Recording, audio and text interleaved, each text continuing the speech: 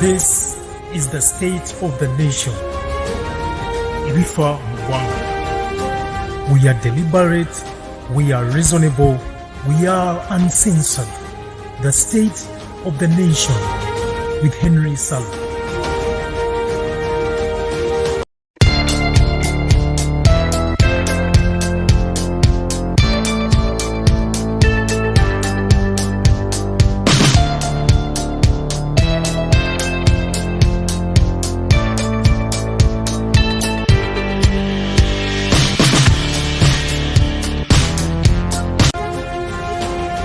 This is the state of the nation. Ibifa Mugwanga. We are deliberate, we are reasonable, we are uncensored. The state of the nation with Henry Ssali. Right. Welcome to the African Alumni Association. My name is Henry Ssali, and this is the state of the nation. Before we start, we wish to acknowledge this land on which the University of Toronto African Alumni Association operates. For thousands of years, it has been the traditional land of the Huron-Wendat, the Seneca, and the Mississaugas of the Credit. Today, this meeting place is still home to many indigenous people from across the Turtle Island, and we are grateful to have the opportunity to work on this land. Again, welcome to the State of the Nation. My name is Henry Ssali. In studio today with me, I have a couple of people that are going to be engaging in this conversation. Of course, you all know Dr. Stella Nyanzi. She'll be introducing herself. We do have Marion Kirabo, Council Marion Kirabo. She'll be introducing herself. And of course, Engineer Oulanya Olenge Tonny, who also will be introducing himself. Pleasure to see all of you. Allan Mutagubya is running late. He will be joining us as soon as he can. But why don't we delve into the conversation right away, starting with the introductions. I'm going to start with Dr. Stella Nyanzi. Of course, I'm going to start with the ladies, and then finally the gentlemen will come in. So Dr. Stella Nyanzi, welcome to the State of the Nation. How are you feeling? And are you excited about the conversation that's going to transpire?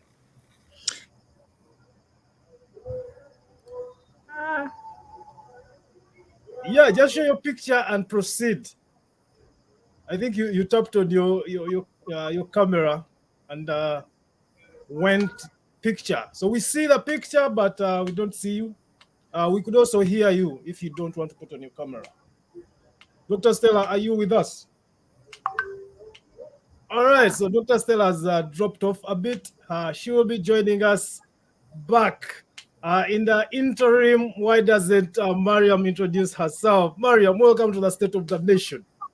Thank you for having me, Henry. It's a pleasure to be here. My name is Marion Kirabo. I am a law student at Makerere University and also the CEO of an initiative called Next Generation Woman that deals basically in making sure that there is an improvement in women's participation in political offices, especially at institutions of learning. So for us, we do it at a micro level because we believe that you need to start grooming leaders when they're still young. And the more people grow up, the more young women grow up with this thing that I have a right to be a leader, I can't stand for this office.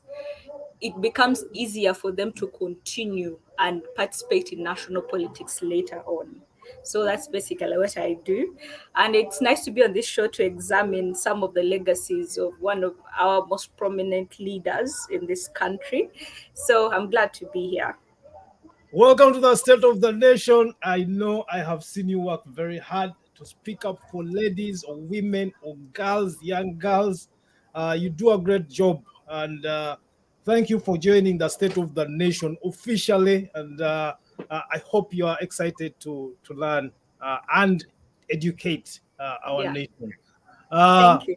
All right. Okay. So we do have two Stella Nyanzis. Hey, wait. Okay. Okay. I think she's having network. Okay, so Stella Nyanzi, are you with us now? Yes. So thank you very much, Henry. Something is happening to Yeah, my there's an echo. screens. Yeah. So are you good now? I should be good. Yeah. Can you Okay. hear me still? We do hear you. Yes. Just very quickly to say that something is happening to my screen. It's wonderful to be here. My name is Stella Nyanzi. In Uganda, when somebody dies, we say chitalo nyo chitalo dala. And so I commiserate with Ugandans all over the world upon the loss of a great man, a leader in our parliament, a leader of our generation, a brother, a father, a husband, a son. It's wonderful that you've been able to bring us together. You've brought some of Uganda's best brains, right? An engineer, a lawyer, myself, yourself. And I think what is interesting for me, why I want to thank you, Henry, for creating this platform this evening, is because we come from different regions, different ethnic groups, different genders, different generations, different political party divides, different proximities and intimacies with the late Jacob Oulanya.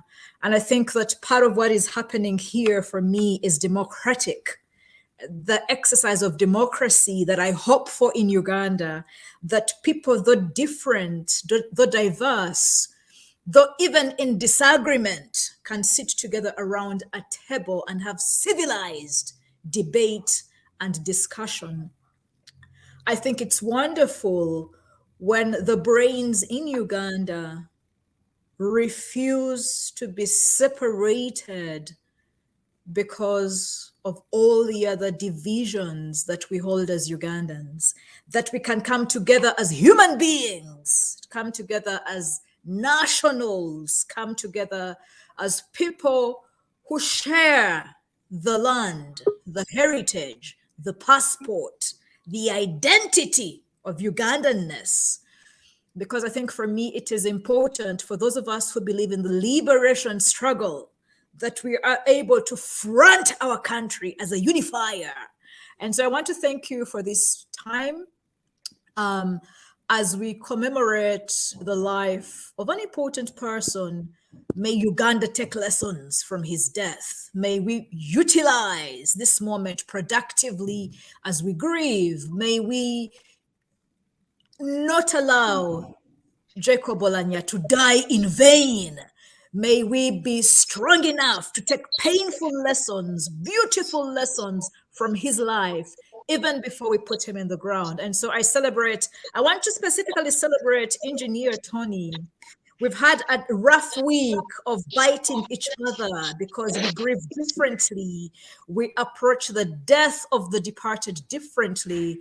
But Comrade Tonny, I celebrate you because although I have danced upon the grave of a man you love dearly, you are not a coward. You agreed to come and sit with me so that we may think through the passing of Jacob Oulanya together in order to forge a better way forward. Perhaps when you die, my brother, I will weep with pain and grieve for you. Perhaps when I die, you will write mournful poems for me, because we will have come to a place of understanding that although we are different, you're a man, I'm a woman. I'm in my 40s, you're probably a decade or two younger than I am. You're from northern Uganda, I'm from central Uganda. I'm a Muganda. I don't know what your ethnic group is. It doesn't even matter. What is important is we can come from our places of difference and sit together and say, what does Uganda learn from this moment? So, Henry, I thank you very much. And I look forward to the debate and the discussion. If somebody fights, I will fight. If somebody makes love, I will make love. If we sing, I dance. If we shoot bullets, we shoot at each other. And that is what democratic society invites us to do. Thank you so much, Dr. Stella. Engineer Olanya Olenge Tonny. Pleasure to have you at the State of the Nation. Please unmute yourself, introduce yourself, and let us know why this conversation is important to you. Engineer Olenge.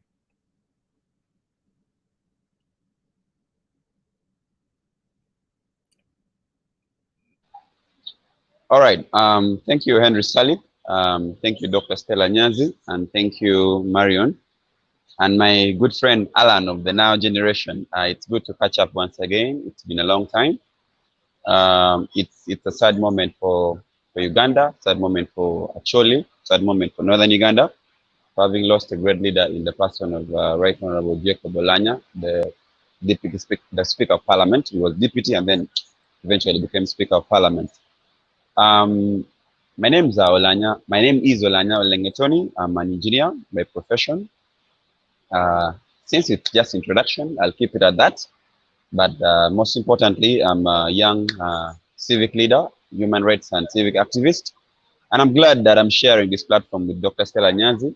As a feminist, I'm also a feminist.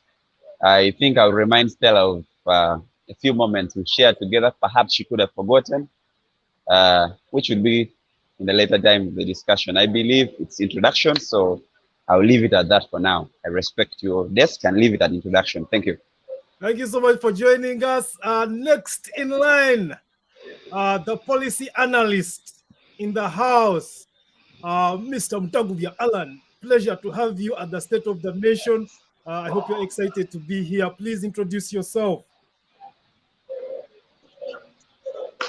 Thank you, Henry, and everyone. I'm glad to share a platform with Dr. Stella Ssali. I've been following her once in a while, putting forward those disturbing comments on her posts on Facebook. Comrade Oulanya, I think he's one of those who have gone through my hands. Chilama Marion, renowned feminist at the alma mater. I am glad to join this conversation. I also join the rest of Uganda to commiserate the loss of our speaker, the Right Honorable Jacob Oulanya. I must say that I'm one of those who have been following him ardently and have been admiring him. Yeah, my name is Allan Mutagubya. I am a zoologist by profession. I am a second-year student of zoology. I am an entomologist by designation. I am a father of one beautiful daughter. Yeah, I am a kingsman. I must say that I serve my kingdom passionately. I don't know whether that conversation will feature in about the hula the comments that were made by the Chief Justice. I serve my kingdom passionately. I represent the professionals on Uganda Youth Council and also serve on my county executive as representative for cooperatives. I am a farmer. Yeah, since it is introductions, let me leave it at that. We are excited to have all the different people, the different professions, and the different ideologies that you bring on onto this conversation. Pleasure to have each and every one of you. The State of the Nation and of course the African Alumni Association continues to commiserate with all Ugandans, the people of Acholi, all parliamentarians, and all friends and family of the late Right Honorable Dr. J.O. We are going to have a discussion, of course, examining not just his leadership legacies, but everything in between. How does Parliament operate? Why does it operate like that? Were they in their right minds when they decided to elect a new speaker amidst the mourning process of the late? All these conversations perhaps are going to come in through, but before we start, I would like to bring in a little bit of some of how the speaker, the late speaker himself, thought about the processes of Parliament and how he described how he works both with people, but also how the Parliament, he thinks, he conceptualized the operations of the Uganda Parliament. Please listen in. The sound of this bell alerts members of parliament that plenary is about to start. During the weeks when it is his turn to preside over the House, Deputy Speaker Jacob Oulanya always enters the parliamentary chambers at exactly 2 p.m. Oulanya says he always keeps time out of respect for other people. So the biggest problem that we have when we don't keep time, first, we don't show respect for people we have engaged to do things with. And then secondly, we make things overrun when they shouldn't. Oulanya says the speaker needs to prepare carefully before each sitting. This includes being conversant with the day's order paper. Then I go through each item to understand, so that I have a perspective of what is likely to happen. And then I go through them and I give a time estimate. Sometimes the debates in parliament are very emotional and passionate, which can lead to tempers flaring. He, however, says in such situations, a sense of humor helps to calm the House down. When members are upset about something, you can't do any work. You have seen examples. So I try my best to keep the House lively, have people laughing. When people are happy, they do a lot of work. They actually do a lot of work. And in most cases, when Oulanya gets to parliament, the House is almost empty, but he says this does not bother him a lot as long as those MPs whose business is scheduled in the order paper are in the House. A member who should have raised some matter and requested for it, the time has come, the member is not there. That affects business of the House, and that's a matter of concern. He also says that some bills have been on the shelves of parliament longer than they ought to because the people who move them sometimes don't give them their due attention. Look at the Judiciary Administration bill. It has been in and out of parliament. The report was presented. Then you say, oh, we have to go back and consult. And this is from the executive, the movers of the bill. Now, so this become matters of great concern. Oulanya is known for his bow ties, and he explains why he started wearing them. Well, that's just my way of dressing. I used to wear bow ties with long ties. But from 2004 February, I stopped completely wearing long ties. So from 2004 February, I'm a bow tie man. Juma Kiria, NTV. Of course, we thank NTV for that clip, which captured the late Right Honorable Dr. Oulanya. OJO. Why don't we start with interrogating what a leader is? Who is a leader? What is a leader? What is leadership? Are leaders born or are they made? What are your thoughts? Can I start with Marion?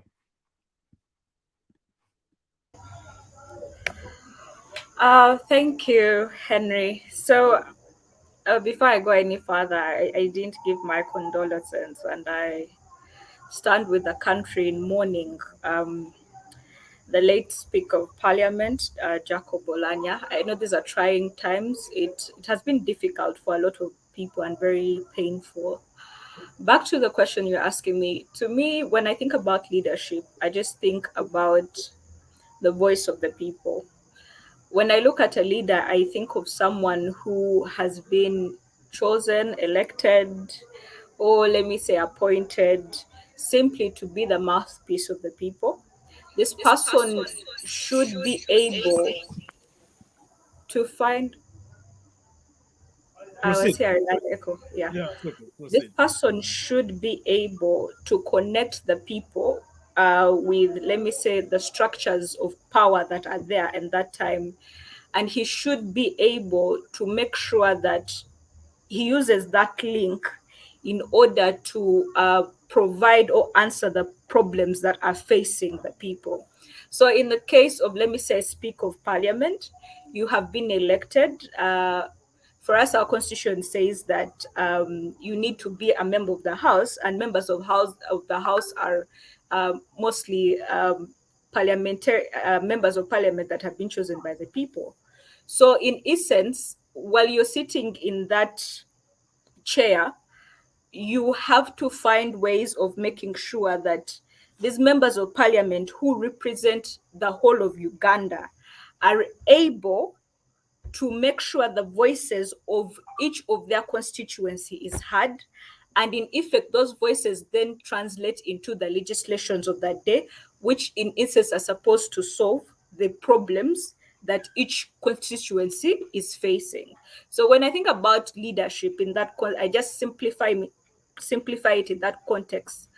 How are you, as someone who has been elected, helping people or guiding people in helping solve the problems of the day?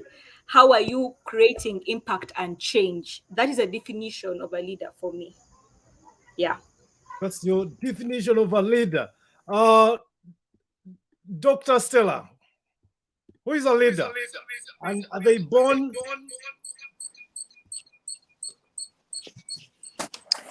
Right, so Henry, I have to explain that there are issues with my connection. Yeah, I can see that.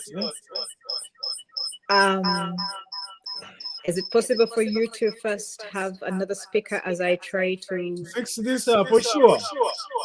Okay. Right. Engineer Oleng,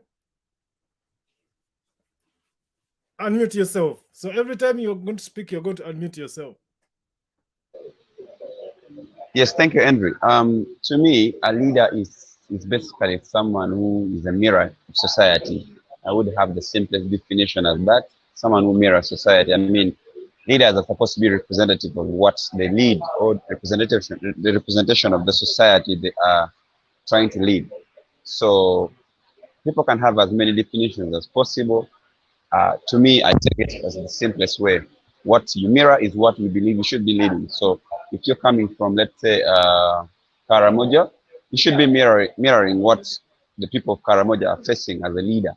Of course, let alone the other aspects of your roles as a leader in terms of coordination and in terms of doing other things, of trying to bridge the gap between your community as a representative, because maybe 1,000 people are representative in one person as a physical representation. So that is what I would understand as a leader would be. Thank you.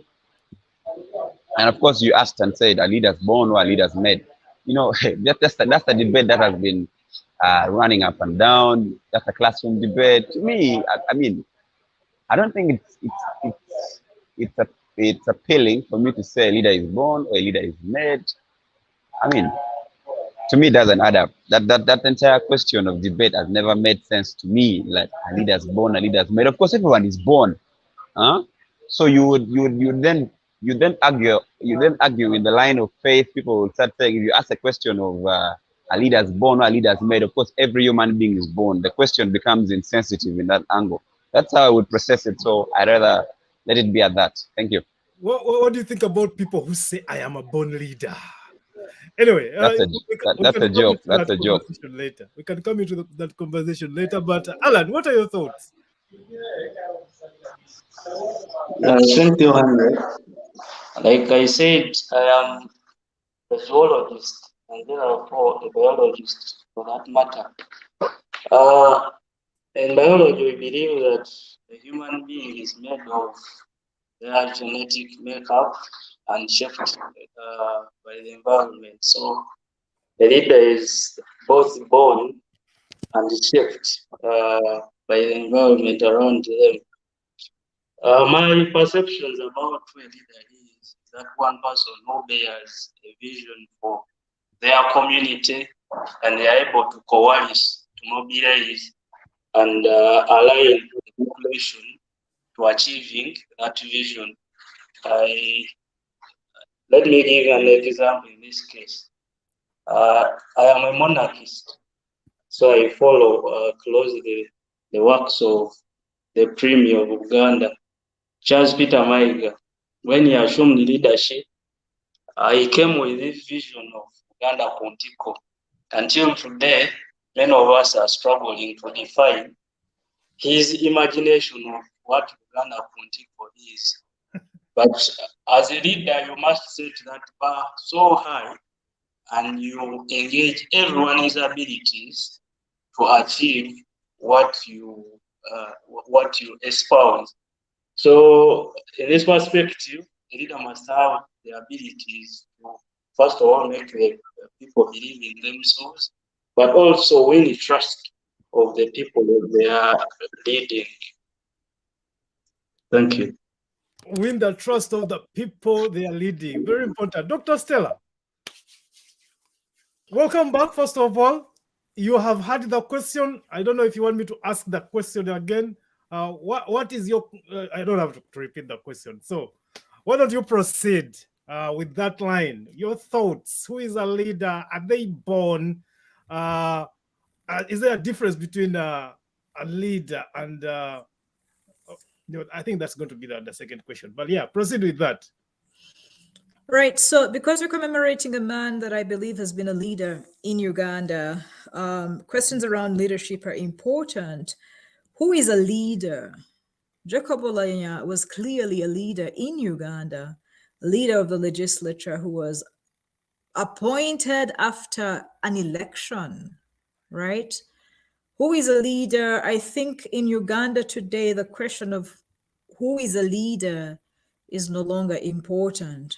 What is important for me is who is your leader. And I want to approach this topic this way because I think that idiots have idiotic leaders, murderers have murderous leaders, rapists have rapist leaders, women have women leaders. Ugandans in the liberation struggle are looking for leaders whose hearts beat for liberation, whose hearts beat for freedom, leaders who understand the need to liberate ourselves from that which oppresses us. And so definitions of leadership in Uganda are going to be very specific and idiosyncratic to the people who are defining leadership. While Jacob Oulanya was indeed a Ugandan leader of the legislature, he is not my leader. Right. While he is a man endowed with a number of amazing leadership qualities, you have shown us a little video where punctuality is important. A man who respects the timekeeping of others as a sign of respect. An important character, a man I would have loved to be my leader. I reject his leadership as a woman in the liberation struggle because he represents the oppressor from whom I desire leadership. Jacob Oulanya was an amazing legislator, an amazing man of the law. I would have loved him to work for me and the sort of Uganda I want to build because his knowledge and expertise as a man of letters, a man schooled in the law, a man who understands the importance of having a legal system that works for all Ugandans. I would have loved him to use his leadership in the law skills to be my leader. Sadly, in this moment, as a Ugandan seeking for liberation from the very regime he served and worked for, I reject his leadership. And I think for me that this is an important juncture that Ugandans have to understand. For example, I'm a Muganda, and so the monarchist Mutagubya would represent my king Kabaka, Ronald Muwenda. If Kabaka Ronald Muwenda Mutebi, being the Kabaka of the Baganda, being my Kabaka, begins to join the oppressors, he ceases to have meaningful leadership for me, even as a Muganda. If my father was alive and he is the head and leader of our family, the moment he begins to dine with my oppressor, his leadership as my father ceases to matter because I want freedom from that sort of oppressive leadership. And so to answer your question about who is a leader, I think that in Uganda we have reached a moment where those of us in the liberation struggle must define our values for ourselves. Those of us in the liberation struggle that I represent and strategically locate myself in know the sort of leaders we want as Ugandans. And so in Uganda, we have the national leaders who are appointed supposedly by ballot, who are appointed by a parliament that is bloated and whose majority represents the NRM. Do those leaders lead me? No, I reject their leadership. Are they good leaders? Are they good people? Do they have the virtues of leadership? Indeed, they do. I have said Jacob Oulanya is a wonderful man. I would have loved him to teach my daughter how to be a legislator.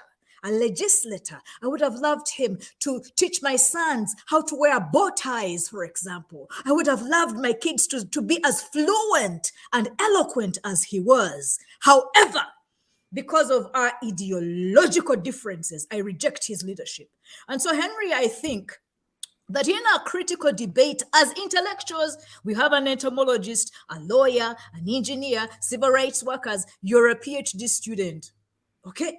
We have to think through these questions as Ugandans with brains. We should not think as Ugandans whose heads are in the gutters. Is Oulanya a leader? Yes. Is he my leader? No. Is Oulanya a good leader? The good will be determined by what sort of leadership he represents. And for me, Oulanya, Jacob represented the leadership I want freedom from. Anybody who was a leader coming into power under NRM, under Yoweri Museveni, represents the sort of leadership I want to forever be in my history, never in my present, never in my future. And so I have rephrased your question. Don't ask me stupid questions. Oulanya was a leader. He was. Was he my leader? No, I reject him. I reject his leadership without fear, without shame, without anything, because I am a woman on a mission for liberation. I have no time to put regime enablers into the leadership that will kill me. Henry, I don't have that time. And so pardon me if I disrespect his leadership. Do I recognize his good, his skills, his expertise? I do. However, he chose to use all that leadership in the service of a regime that does not serve me. And I think for me, that is important for us today in Uganda. Is Museveni a national leader? He is. If you read Wikipedia, his name is there. If you go to State House, he's there. Is he my leader? No! Okay? I have my interest in the freedom struggle for Uganda. And I think for me, that is how I rephrase that issue. All right. Thank you so much, Dr. Stella. Before I ask some of the other comrades to respond to your definition or your conceptualization of a leader, I would like to let Ugandans and everyone who is watching us know that in academia, we have no stupid questions. We do interrogate each and every thing from the basics. So I would like to honorably disagree with the doctor that was not a stupid question, but rather a provoking question that has prompted you to answer the way you have answered. I also want to recognize people who are following us on other social media platforms and those who have managed to put in some comments. Ayala Simon Massimo or Massimo, Eric Impalany, Ocheng, Elizabeth, Eliza Henry, Binomugisha Godfrey, and Agile Remy, Asimo Nelson, Moshaben. Thank you so much for following us, and Nakui, I believe, as well. Thank you so much for following the conversation. Thank you for your contributions. Please continue the comments coming. Mr. Kirimi Olem, Salumi Calvin, thank you so much for following the respective panelists here today. Engineer Oulanya, your response to Dr. Stella's definition of a leader and description of the late Honorable Dr. J.O. Unmute yourself, please. So I'll start by keeping my promise. That is to remind Stella Nyanzi where we interfaced, perhaps. So it happened that Stella was incarcerated. She was in Luzira prison. As someone who looks up to defending the rights of other people, looks up to the sense of humanity, I think I had a conversation with a few friends. That was Frank and Musiri David. And I think we took a visit to Luzira Women's Wing. And we so happened to visit Dr. Stella Nyanzi there. She was still in prison. And we had a very good chat. And among the things we discussed was the living conditions inside the prison. Stella narrated to us how she was being beaten whenever she would do a few funny things. And of course, we chatted ways and had a discussion. And then later on, she got out of prison. I think from then after we didn't meet, but that was my best encounter that we had with Stella. And then the last time, and then the other first time we met with Stella was at Gulu High Court here when she came, the time when Honorable Kyagulanyi was arrested and was being arraigned in the court here. So that's what I could basically remember about Stella Nyanzi. But most importantly, what touched me so much as someone who values humanity across the divides of political understanding and orientation is how and in the manner in which Dr. Stella Nyanzi has been handling the whole situation surrounding the death of Right Honorable Jacob Oulanya. I'm a very frank person. I'm a very open-minded person. I love to see people express themselves. But I think there's a limit to which everyone should speak, and there's a limit to which everyone should respect each other's boundaries. I believe in our culture, as we know it, it's very, very wrong for someone to start mocking the dead. I think what I have observed of Stella Nyanzi, she has taken upon it herself to openly mock the life and the death of Jacob Oulanya. This, she made it in her poems. Of course, I read and understand the metaphorical expression Stella was putting across. But you see, Stella, very many people are going to understand your poem critically in the layman's English, not in the metaphorical and artistic way you've written it, okay? And so, to a normal Ugandan, to a layman's understanding, it's mockery of the highest order. I don't think at any time, Stella, we expected, I personally, as an actually, expects you, who has been someone I have really followed and have met and we've interacted several times, to really mock a person of Jacob Oulanya. Okay, that is one thing that I thought Stella Nyanzi, if we get a platform like you've created, Henry Ssali, Stella would do an apology to the family of Jacob Oulanya, one, two, to Ugandans, because Jacob was a national leader, irrespective of him representing Omoro as a county, as a member of parliament, but he was a national leader, he was a member of parliament and a speaker at the same point. And then for your information, Stella, I don't think your understanding of speakership makes sense. You say clearly here that Jacob Oulanya was appointed as speaker. I expect you to be a good scholar. Jacob wasn't appointed as speaker. Jacob was elected as speaker by members of parliament, including, you don't know, it was a secret ballot. I'll assure you that your MPs from the FDC did not vote him. I'll assure you that your MPs from NUP did not vote him, okay? So you can't debunk his legacy by saying he was appointed. That is unbecoming from a very learned person like you. I don't think that makes sense. For me, I think, and I still insist very much, Stella Nyanzi, you deserve, and I think the best way to do it is to apologize to the family of Dr. Right Honorable Jacob Oulanya for what you've so far done. Because to me and to the people of Acholi, to the people of Uganda, that is mockery of the dead. You don't mock a dead person. You had the best platforms to access parliament as a public office. You should have gone there if you are right thinking. If you are a strong person, just like you tell me that you are bold enough to speak truth to power, I am also bold enough to speak the facts and the reality to you, Dr. Stella Nyanzi. You have children. What you've said is on record. What you've said is on media. The internet does not forget. They will remind your children for what you've said on the death of Jacob Oulanya. I've seen you've even put, I think there was a headline of your post and you said, you dancing and celebrating the death of Jacob Oulanya.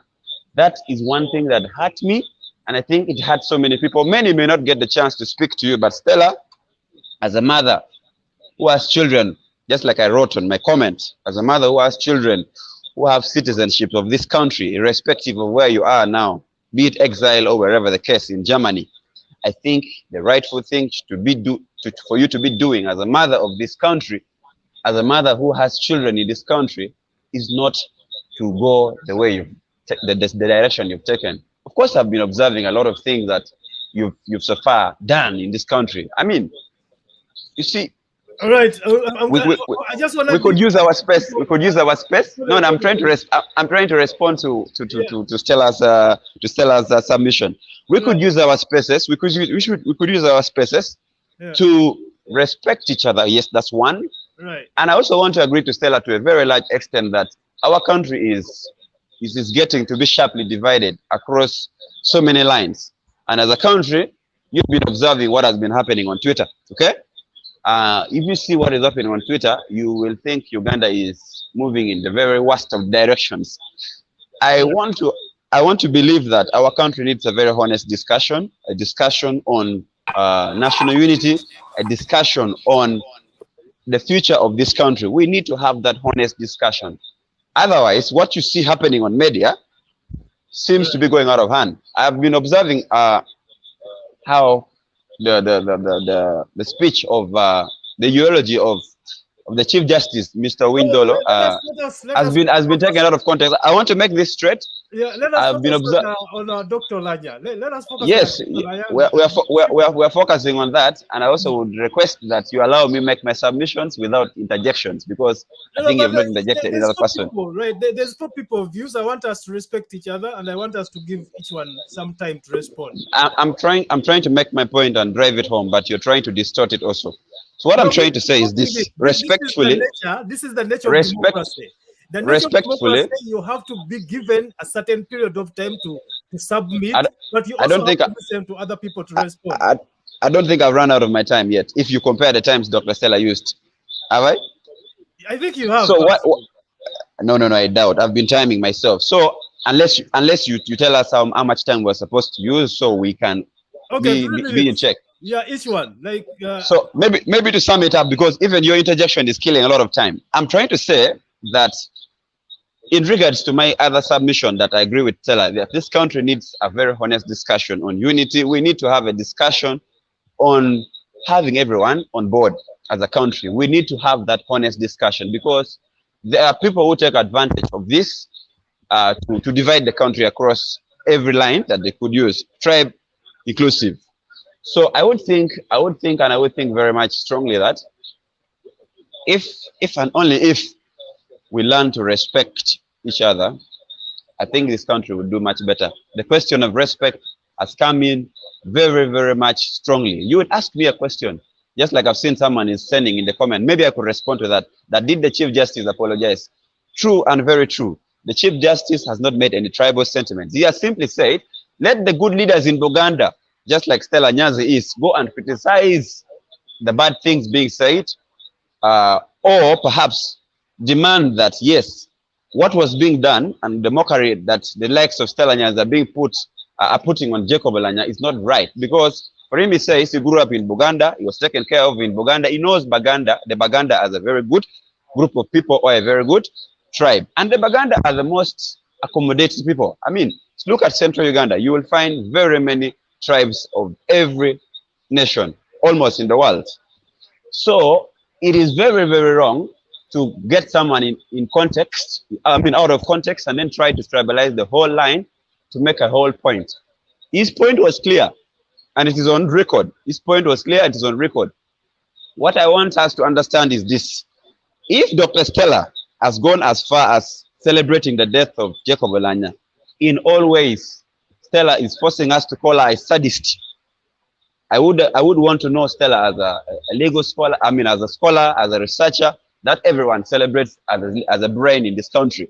But I think she must, as she challenged Dr. Oulanya for having used this eloquency, as his brilliancy, his good qualities of leadership in the wrong way, I would expect and challenge Stella in the same way, if she wants to have a good moral authority, to better and better have in her head to use her skills, her knowledge, and her wide ranges of experience in skills of research and wherever she's become in this country, to better and better this country, not to divide it the more, not to mock the country the more. You see, Stella is adding fire on fire. We agree we are not at the best level as a country, but you don't address that by mocking a dead person. No, that one I don't agree with you, Stella. I am an Acholi.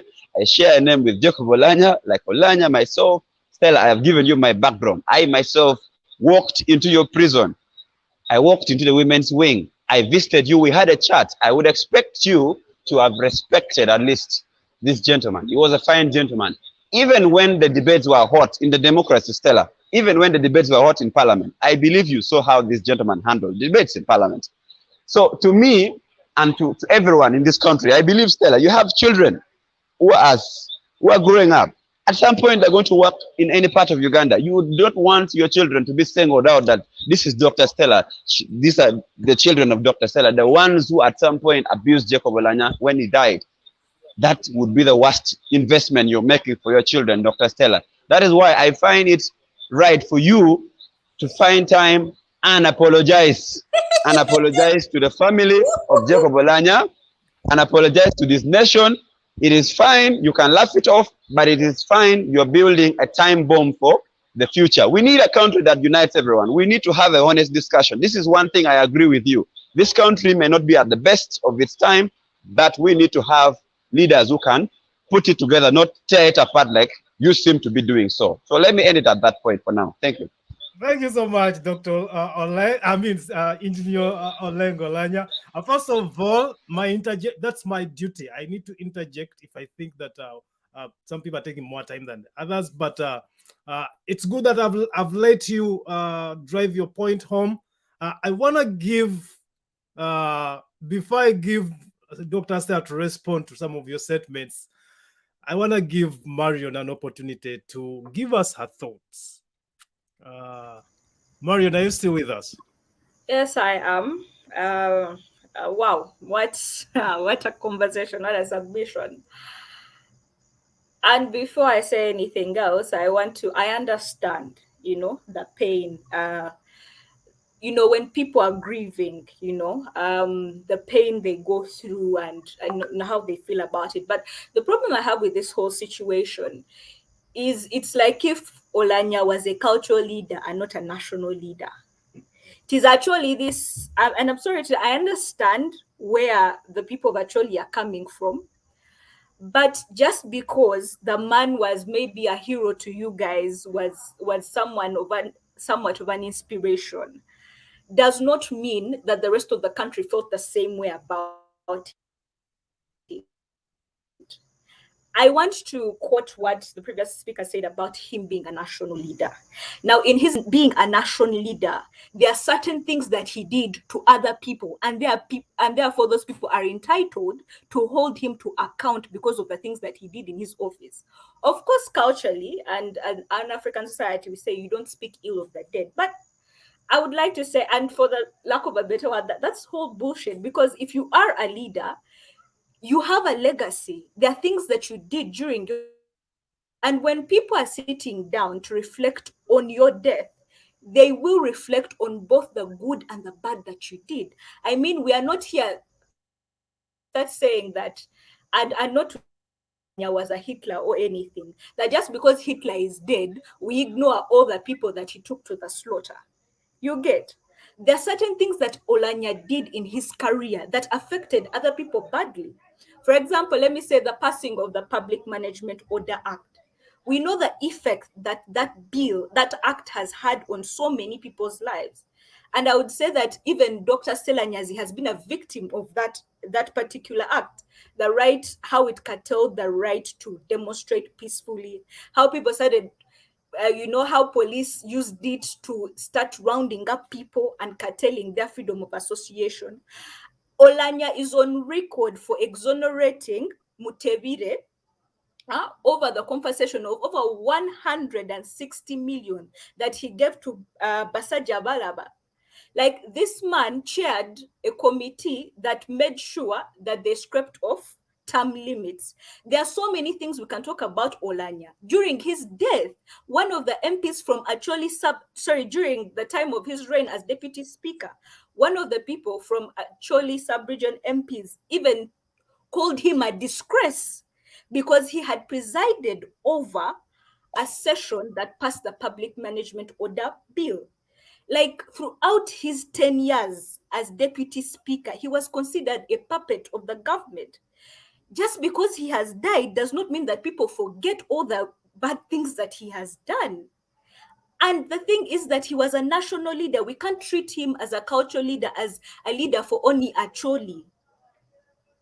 We cannot forget what he did to other people. Yes, maybe he was good to the people of Acholi, but even when you go down, I know on good record, because I did participate in the 2021 elections, and we did have people mobilizing in the north, and we know on good record the people that Oulanya sent to beat and harm people just because they were mobilizing for opposition leaders. Because he has died, I'm sorry, we just can't forget the hurt that he has equally caused. While you're hurting, there are people who he has hurt during his lifetime, and he can't run away with that. Like, death does not erase your sins. We can only look back and maybe learn lessons and maybe sympathize with his family and the people of Acholi. But we also have to acknowledge the hurt that he has put on other people, on the people of Uganda. Yes, he was an incredible man. He was an intelligent man. He was a lawyer. He was this and this. But then we also need to investigate how all this intelligence that he had affected the country. At the end of the day, as a leader, and if you're a national leader, we look at your legacy. History will always judge you by your deeds, not because you died or you lived. It judges you by what you did when you were alive. When we look back at Oulanya, what did he do? His degree in law or his masters and all that, what did they help? What impact did he have on Ugandans? What impact did his good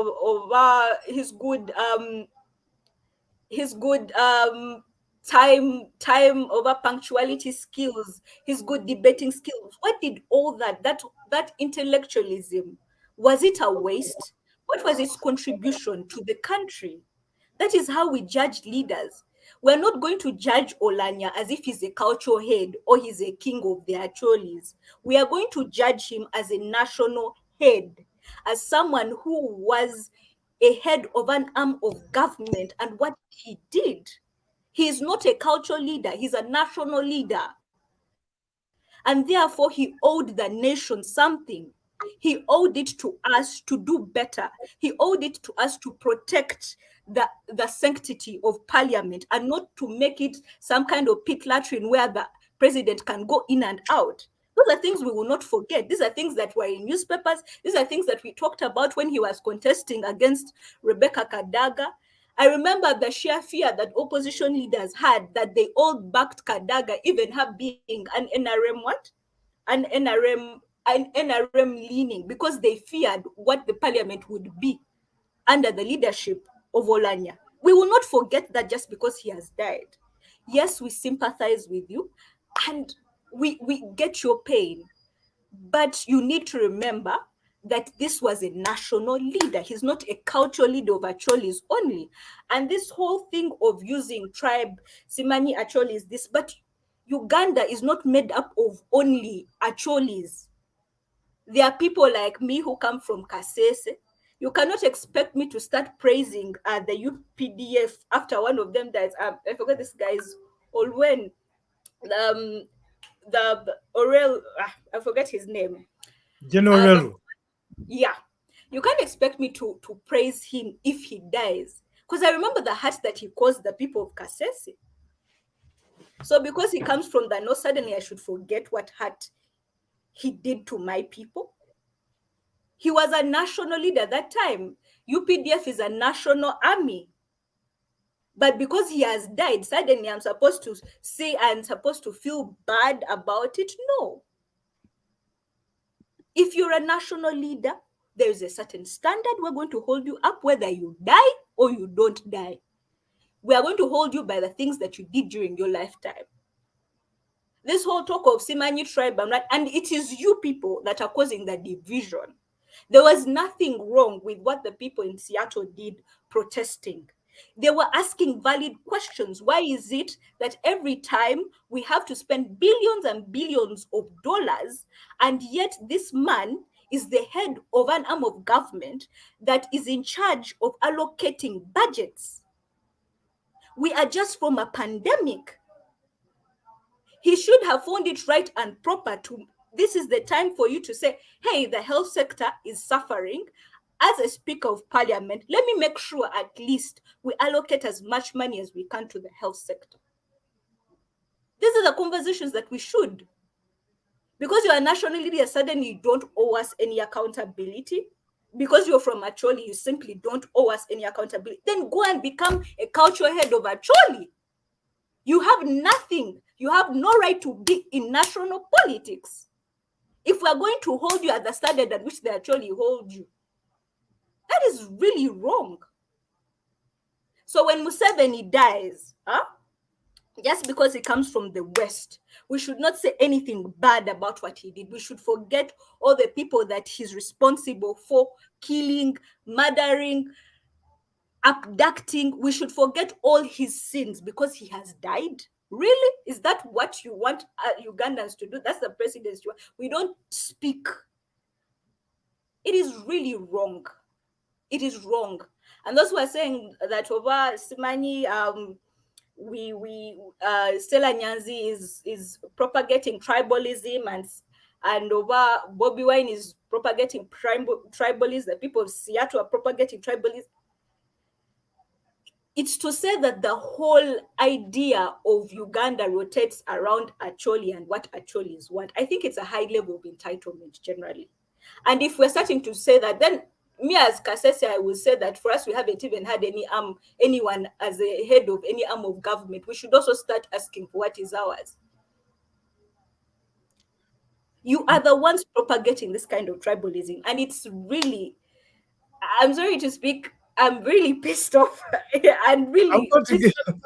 I'm sorry to speak, it's not an angry term, but it is despicable to me that a person who claims to talk about human rights cannot hold his leaders to account and will rather hide his head in the sands of tribalism to cover up for all that these oppressors are doing. You don't have no right to call yourself a human rights activist if those are the arguments you're going to give.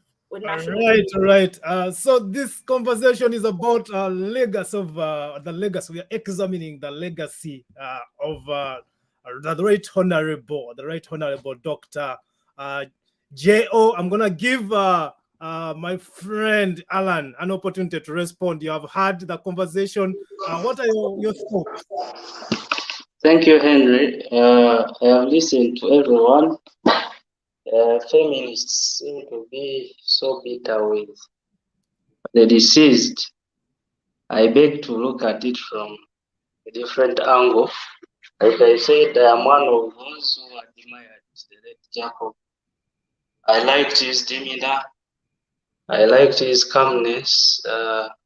Holding an institution like Parliament of Uganda requires someone who has the ability to look at all the fronts. There are very many political parties in Parliament and independents. So someone's demeanor brings the balance, and I think Jacob Oulanya had the character that we needed of a speaker. The world has not gotten a chance to watch him steer that parliament because he fell sick, I think, a few months after taking charge. Dr. Stella Nyanzi agrees with me that the late Jacob was a leader. Where she differs is who the late was serving. And I think I want to look at it from that perspective.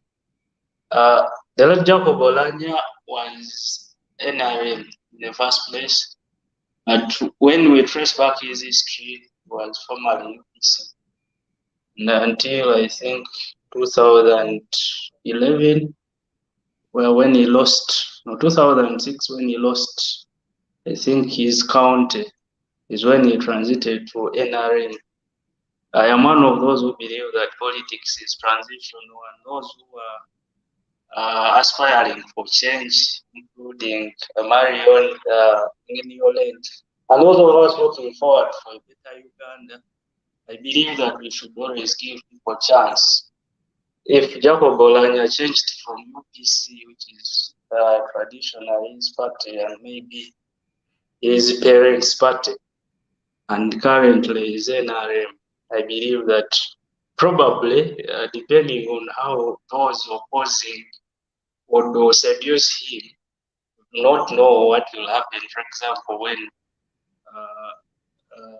President Kaguta Museveni leaves power. So I believe in giving people a chance. One, the few plenaries that led Jacob Oulanya steered, I remember him stating that this country needed a honest conversation that includes everyone. We needed to discuss the kind of country we would love to see and maybe our children and grandchildren. And unfortunately, we've not been able to watch him steer that kind of conversation. He also stated that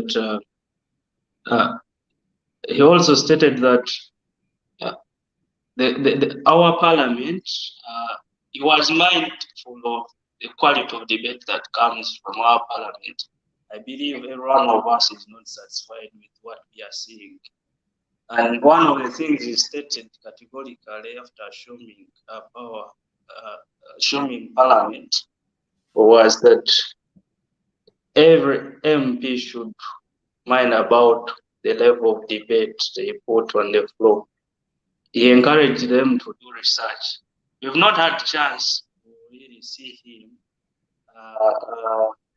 lead that kind of conversation, but I think the spirit in which he was speaking was for the good of this country. I have been following a few comments lately that have been run about the deceased, and I think it was one of the recent years, the Anti-Corruption Day. He boldly stated before the head of state that everyone was corrupt, including him. So I want to mention that he included the head of state. I think that was so courageous of him. I don't know so many people, save for the Dr. Stella as well on the other side, who can speak the truth to power. And he stated that to address the issue of corruption, everyone has had to look into themselves. For me, I want to give him credit because I've not seen so many people do that. Jacob Oulanya, like Dr. Stella said, that was maybe the devil's advocate, just because he's NRM. I want to remind Dr. Stella and the likes of Marion that Parliament of the Republic of Uganda has members from FDC, NUP, DP, mention them. That implies that all the MPs that subscribe to that parliament are literally serving the NRM, or representing the interests of Yoweri Kaguta Museveni, the president.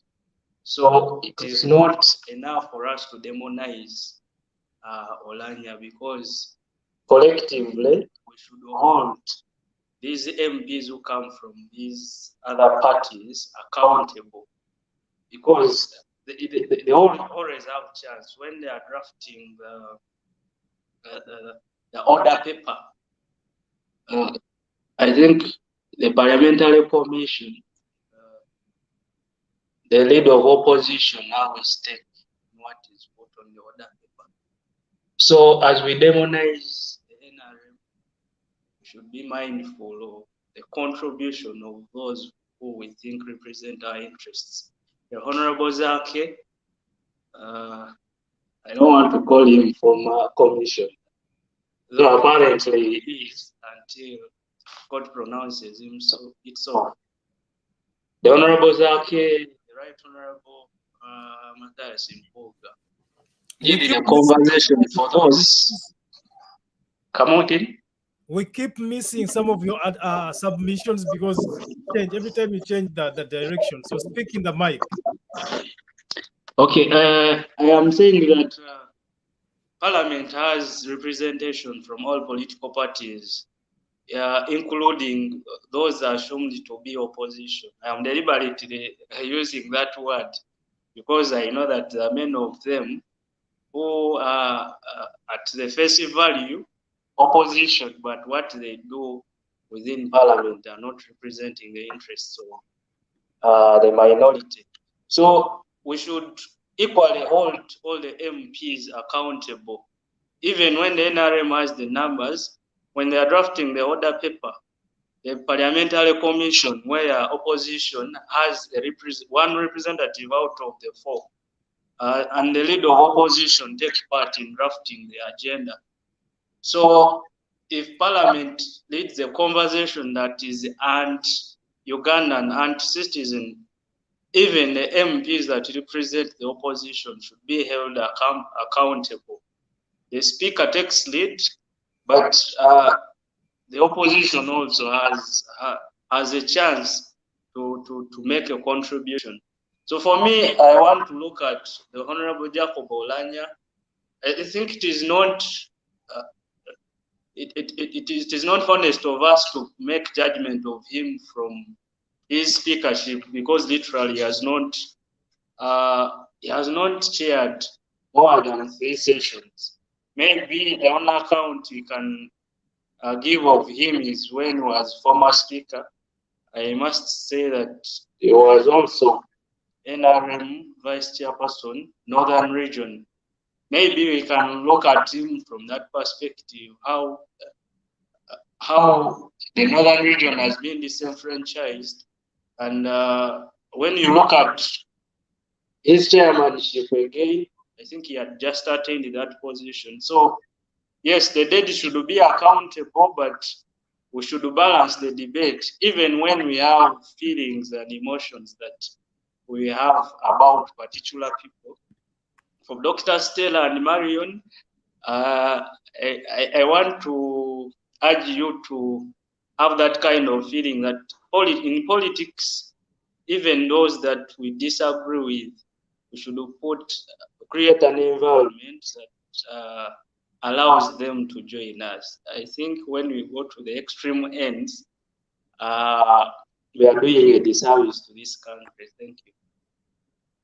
Thank you so much, Mr. Mutagubya. I think the debate is balanced. We have Dr. Stella and Marion trying to interrogate the leadership of the late, and we have you and Engineer Olenge trying to defend the legacy, the leadership legacy of the late. Of course, I'm going to give Dr. Stella an opportunity to respond and then give Engineer Olenge to respond as well before I ask another question, because it seems the debate has already been intensified. So, Dr. Stella. Right. So very, very interesting debate. I want to thank Tonny for his honesty. When an engineer becomes emotional, you know that the mechanical part of him has been penetrated by the power of words of those on this side of the divide. And I salute my... So, mockery. Mockery is a weapon. It is a linguistic style for those of us who use words, okay? I will dance on the grave of every enabler of Museveni. When my father died, my own father, from whose thighs I was made, I told the mourners that I had lost the most amazing father in the world. I also told the mourners my father was a horrible husband who beat my mother when she was pregnant and she lost the baby. And I told the mourners that my dead sibling in the grave who my father beat out of my mother's womb should receive my father and curse him in welcome and say, why are you a wife beater? This is my father, Dr. Joseph Nyanzi. The world said, Stella, you are a witch. When people die, we don't say that to them. And I said to them, who of you can claim to be called Nyanzi. My father's name was Nyanzi. My own name is Nyanzi. I'm his first child. Who of you will ever speak about my father as I, the daughter he loved the most, to give his name? If I can dance on the grave of my father, what about the man, another man? If I speak truth to men who beat wives at the death of my father, using my father's example, what about Ugandan leaders who are leading in the name of democracy? Democracy invites freedom of speech. Freedom of speech includes mockery. If Oulanya wanted me to praise him, he should have contested and challenged those who abuse power. And so I celebrate Marion when she says, but look at Poma. I could give a range of bills that were passed into acts of parliament when Rebecca Kadaga lacked the power and will and authority and ability and shamelessness to stand at the passing of those bills. And she excused herself from parliament. Her absence meant that the deputy speaker had to oversee the passing of those bills into law. And so Oulanya didn't have to be speaker to oversee the enactment of bills into acts of parliament in our parliament for 10 years. When he was deputy speaker, whenever Rebecca Kadaga's conscience didn't allow her to participate in the evil of the legislature of our house that has been made wicked by the enabling of NRM, Jacob Oulanya rose to the chair. Okay, and we know the bills because we have studied the Hansards.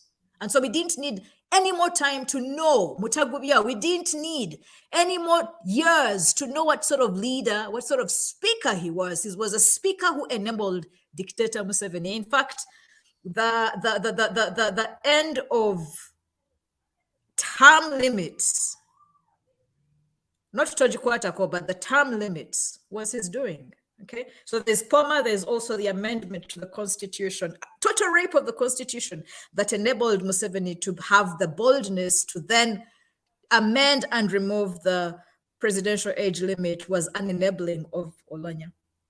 The question about an apology, I refuse to apologize to the family of Oulanya for anything that Henry has done. However, I apologize to the daughters of Oulanya, the ones he was unable to take care of.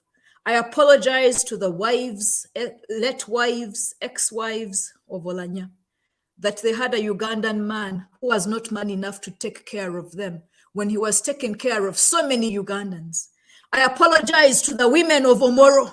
I apologize to the women of Apa, those women who undressed when their land was taken away under the leadership of Oulanya.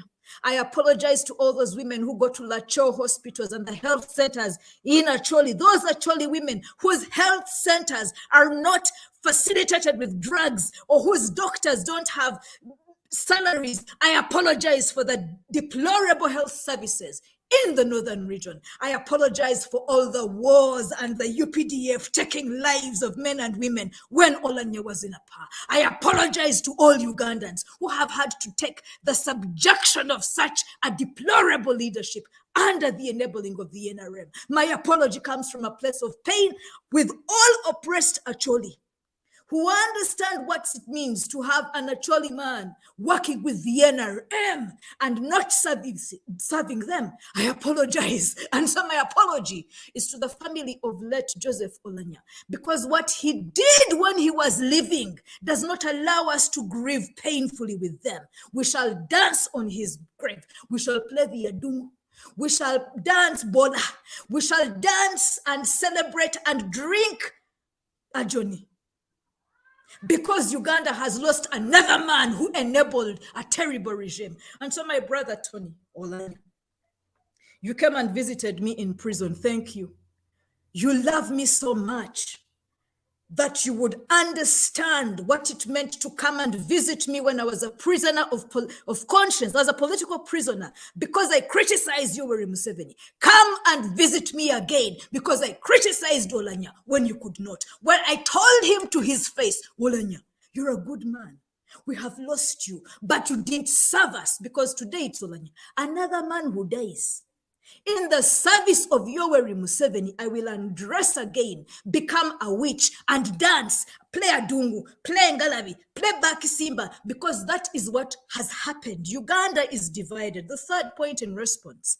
Tony, you say to me, Stella is creating division. Fuck you, Tony. I am not creating division. They have divided this country between the oppressed and the oppressors. Stella Nyanzi is just sitting with the oppressed and saying, hey, you died. Kamuchirabe. See the pain we felt in November when men and women, innocent Ugandans, were murdered by guns.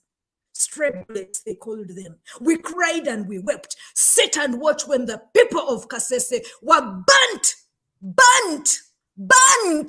Sit and watch and see us celebrate the way you celebrated NRM when men and women were abducted in drones by the thousands. And so, yes, Uganda is divided, but I have not divided Uganda with the oppressed, and they are those who oppress us. The division is not caused by tribe or religion or language or gender or economic status. The division is really about those who oppress and those who are oppressed. That is the division I haven't created. All the other divisions are natural. They're men and they're women. You're Acholi, I'm a Muganda. She's Kasese, he's Karamajong, and we are all Ugandans. Our colonial legacy is such that we are a fragmented people. Those divisions are not worth tearing us apart because we carry the same passport. The terrible division we have is that we have oppressors whose necks are on our boots.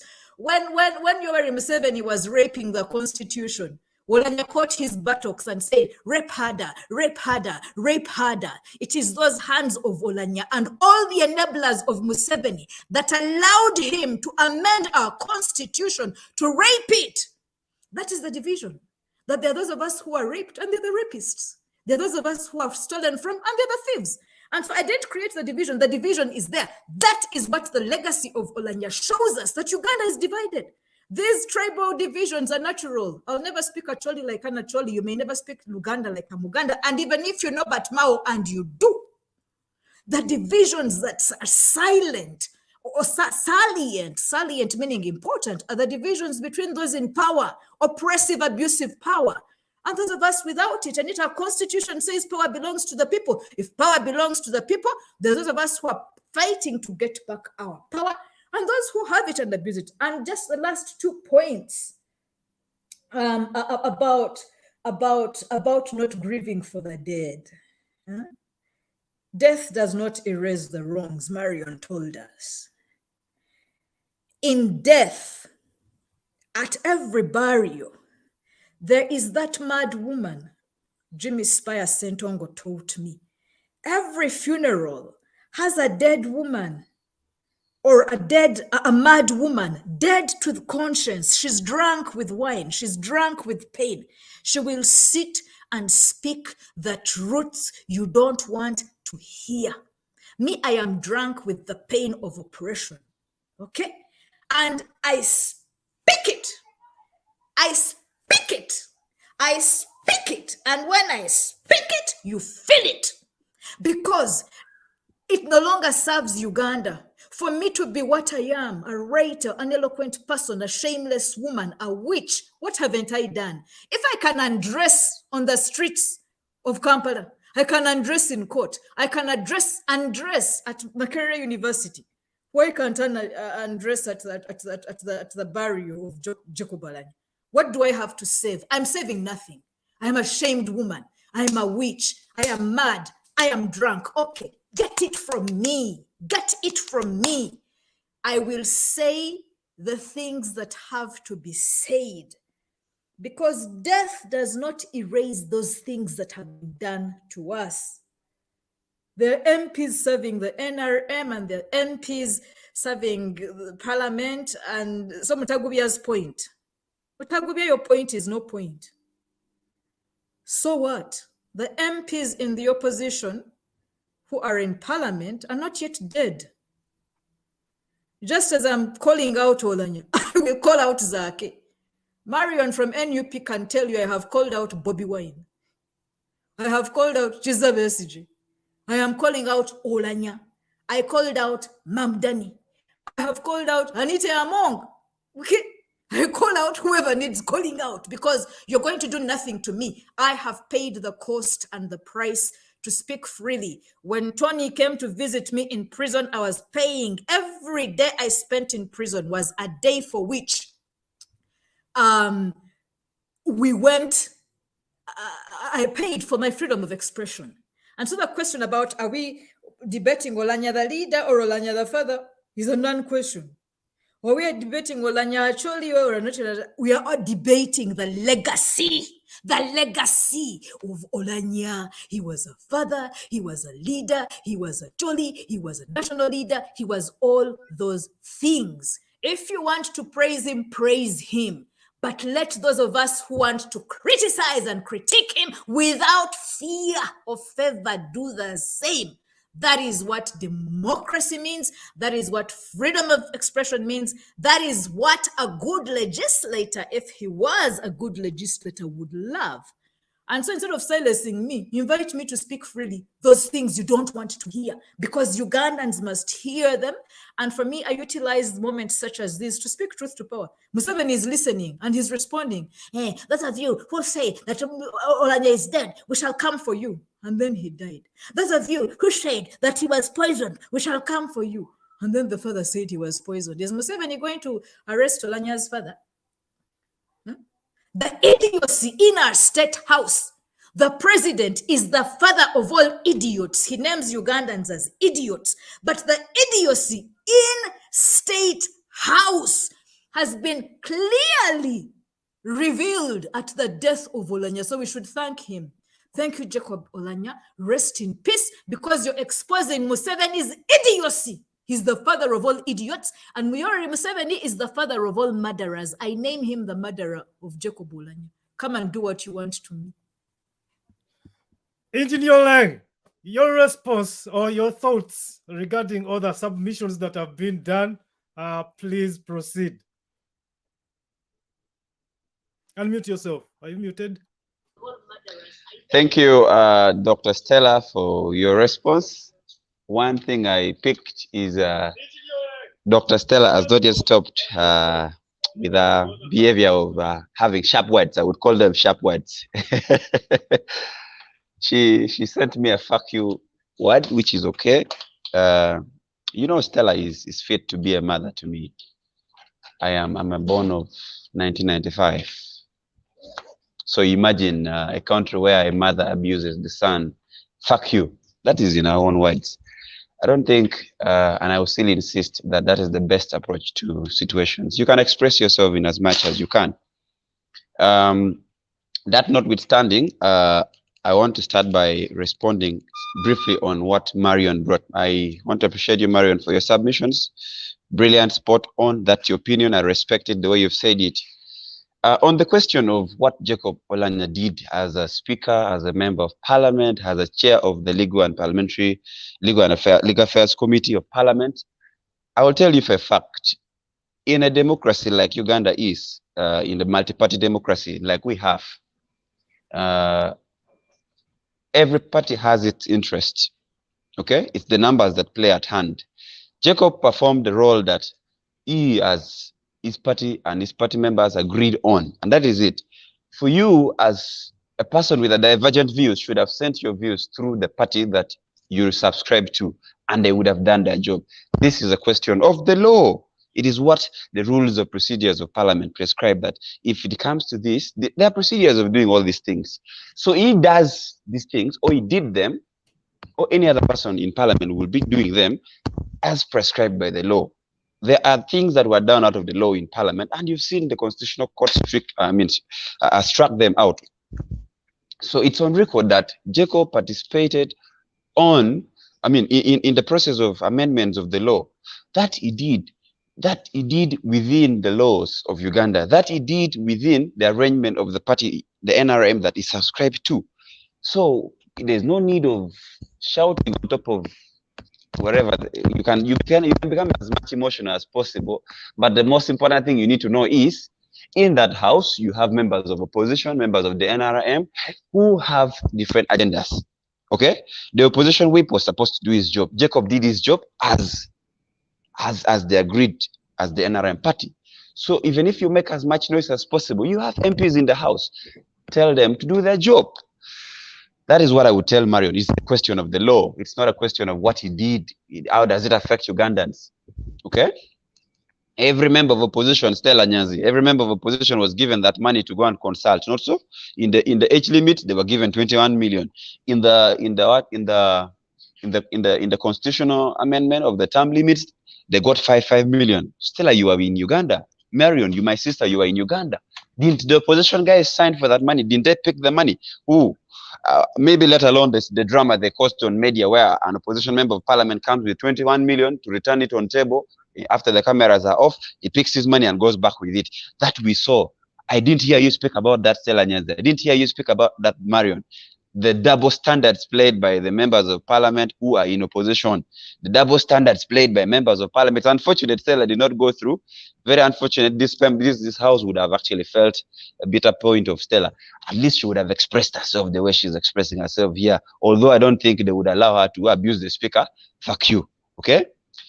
So, to me, there are fundamental questions, just like I've said, that a person like Marion should understand that when I say the question of having a honest discussion as a country needs to be had, I am not meaning Oulanyah was supposed to be a cultural leader. In this case, I would say the perspective of the lines of division that is being brought about after the death of Jacob Oulanyah is because people who are speaking represent a certain group of people, majority from the Buganda kingdom or the Buganda tribe. And this, the Chief Justice found it right for him to speak about this. And he made his story clear and said he was accommodated, taken care of, and he grew up from Buganda. Clearly stating that the Baganda are a very good group of people. He is challenging the good Baganda, the good Muganda people, or the Baganda people, like Stella Nyanzi, or the other people who want to be known as the good Baganda people, to condemn in its rightful ways the wrong things being done, or the way things are being done, or the way a few groups who now seem to be the opinion leaders from Buganda are trying to portray the Buganda kingdom. The Buganda kingdom and the Acholi people have a very long relationship that cannot be broken just by the behavior of a few cliques of political people who now seem to have taken Buganda hostage. Dr. Stella, you need to take this very seriously. Even my sister Marion, you need to get this very straight. Okay? Uganda is for all Ugandans. And I want to appreciate, and I've been challenging a few people on Twitter who say that the Baganda are very tribalistic. And I told them, where is the capital city of Uganda? Almost all the government installations are in Buganda. I've never had a situation whereby the Baganda are saying, now take away parliament from Buganda. Go and put it maybe in Kasese. Take away the Entebbe airport. They've not said that. They have accommodated everyone. What the Chief Justice and what I myself subscribe to this school of thought is, if Dr. Stella Nyanzi is an abusive Muganda, I would expect a sane Muganda in the person of a different person to come and tell Stella this is wrong. By keeping quiet, you are condoning this kind of erratic behaviors. This is what I subscribe to. This is what I think would be the point of discussion. Okay? And I would clearly tell you this for a fact, that yes, the speaker has done his part. He's done his part. He's done his race. Okay? There are very many good things he's done that I've not seen or I've not heard my sister Marion and Dr. Stella herself speak about. I've heard Dr. Stella speak about APA land issues and blow it out of proportion. APA land crisis is not Jacob's crisis. Jacob did not create the crisis. It's a complex situation that you yourself do not understand. Okay? I've been to APA myself. You've not been there. You don't understand the issues in APA as it is. For you just see things in the media. You don't really take time. And I'm getting shocked that a researcher like you can speak without this kind of facts. Yes, it's true. People demonstrated. But did they demonstrate because Jacob Oulanyah was a speaker? Did they demonstrate because Jacob Oulanyah could do something about it? Yes, he did his part. Okay? He did his part. Let us pick the things we know that we have proof or evidence or facts about. Yes, we all read the Parliament Hansard, okay? But there are things that Jacob did that are very, very good. He passed very many good laws. The NSSF bill, I've not heard Stella speak about the NSSF bill, including you, Marion, okay? Because there are things that will benefit you. So you now want to only, you only want to demonize him because you think it is in your interest to demonize him. I don't think that is right. We are discussing the legacy of Jacob Oulanya. I am not hearing you speak about the very good things Jacob Oulanya did. Okay, I myself disagreed with Jacob Oulanya severally on a number of things, but it is good to also recognize the contributions this gentleman made to this country. Dr. Stella and my sister Marion, you do not have the moral authority to challenge what Jacob Oulanya did. Jacob Oulanya has all the rights and has all the reasons. I will tell you this for a fact. All the reasons to abuse, to mock, to demobilize the campaign and to oppose the Museveni regime. He has all the rights. He has more rights than even me, than you, Stella, than Marion. Just because you've not taken time to understand where this gentleman came from. You know, if I may bring you to understand what Jacob Oulanya went through when he was Speaker of the Guild government of Makerere. That he was UPC. He was a Guild Speaker. Mao was the Guild President.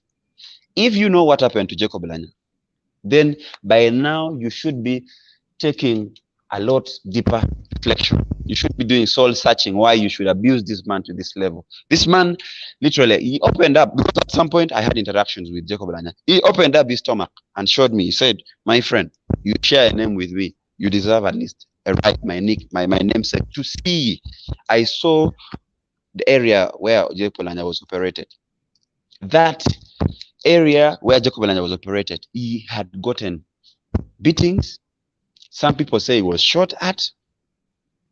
Mao has his account of the story. I don't want to argue with the lines of story that people bring about what exactly transpired in Makerere on 10th of that year. Okay? I don't want to bring, I think it was 1998, around there. But what he went through under the hands of the military forces that were deployed there tells you that this gentleman has had a long history of struggle. More than you people. I would even say you don't hold the moral ground to challenge Jacob Oulanya on the issue of fighting the oppressor, as you called him. Jacob did his part. It went to me, because I had a discussion with him. I was like, yes, having had all these issues, become a very good speaker of Makerere University, you had these issues, you were shot at, or wherever issue happened to you, you almost lost your life. You were operated, they removed your pancreas, they removed your spleen for the oppressed, for fighting for what you believe in. Jacob was a very, very, very, very daring person. He was actually a very, very courageous person. I don't think, Marion and Stella, you have the courage Jacob had to fight for what he believed in this country. So for him to start working with the NRM, I think at some point we believe Stella is not going to grow old as she is. Stella is not going to grow maybe into 60, 70 years as the lady who will come on a platform like this and say, my son Olenge, fuck you. No, at some point Stella will grow with age. She will learn. She will become, age comes with a lot of things, unless the people also become insane as they grow old. Okay, I wouldn't believe Stella is that type. I believe Stella is still young enough Ugandan to still get to sanitize herself, to be a better citizen, who will bring her opinion on table, who will logically agree with someone, who will intellectually handle this kind of debates, not bringing the F words every now and then, and it's not nice to me. Fuck you, So fuck I you, would fuck you, I would fuck you, think fuck you, fuck you, fuck you. Come on. I would think this country deserves better from people like Stella. I would think we deserve to hear better from people like Stella, because I've told you, Stella is fit to be a mother to me. So for my mother to come on this platform, which is being watched by several people, to abuse me and wrap it off, fuck you. No, it's okay. It's okay. I feel this country. Fuck you. This country, this is not for the bad. Me and Stella have no problem. And Yeah. even if I meet Stella, we will meet and talk. But I know. respect, Can we I respect respect, the platform I at res, least and I not use the respect, flag I anymore? respect the line of debate that the country needs to have this kind of debate. It's good. It's very healthy for people to speak up their mind. But I think there are limits to which we have to do the for God and my country talk. Okay. So for me, as a young citizen, I think Jacob Oulanya, as we celebrate his life, did a lot more for this country. It was shocking and hurting for me to see people majorly wearing noob colors, red berets, which are, of course, regalias of the National Unity Platform Party, demonstrating in Seattle about Jacob Oulanya and how and why he's receiving treatment and why money is being spent on him, which I heard Marion, my sister, speak about. This would be my honest opinion. As a country, we do not have the best of the health facilities. And true, these are among the things that I want us to discuss as a country. Okay? People in government must find time and space, because at some point you will fail to get these facilities. I would think as a country we cannot fail to get the best facilities to put in our health sector. This goes to all the opposition members of parliament, to the NRA members of parliament, to the independent, because parliament is the one that does the budget in this country. They control how money is spent, how money and how resources are channeled in this country. Okay? So for every member of parliament, I don't want the burden to be only thrown at Jacob Oulanya. He did his part as a speaker, as a member of parliament. So we should challenge everyone. It was very, very wrong for members of the National Unity Platform from Seattle to go and demonstrate. Okay? To go and demonstrate and say, you should go back. You should go and do better health services. The issues being raised are issues that were valid, that health services in Uganda are not the best to its capacity. Okay? So for them to say taxpayers' money is being spent on a person like Jacob, for their knowledge, Jacob is number 3 on the order of precedence in the country. Was number 3. Okay? For some of us who still celebrate his life, we still say, we use the present tense. Jacob is number 3 on the order of precedence in the country. So he is accorded a VIP status, even if Stella Nyanzi was a prime minister, okay, which I believe are some leader in this country. If Stella is a prime minister and Stella has issues that may not be sorted as a country in the medical profession, okay, in the medical profession, a referral is not bad. People are referred at levels of the hospitals that they are in. If you're health center 1, you can be referred to health center 2, like that. I mean, that's why we have Bolago, we have regional referral hospitals, we have the national referral hospitals. So it is also up to the international level. I've also heard of people who are maybe referred from London to go and receive maybe treatment in France or in Germany, depending on the facilities in those countries, okay? And the level of research, the level of expertise in those countries, okay? The level of Jacob Oulanya, he is a VIP in this country. So for Jacob Oulanya to be flown out of the country, it is within the law. Go and read the constitution that you seem to read and understand, or to understand very well, my sister, Marion and Stella.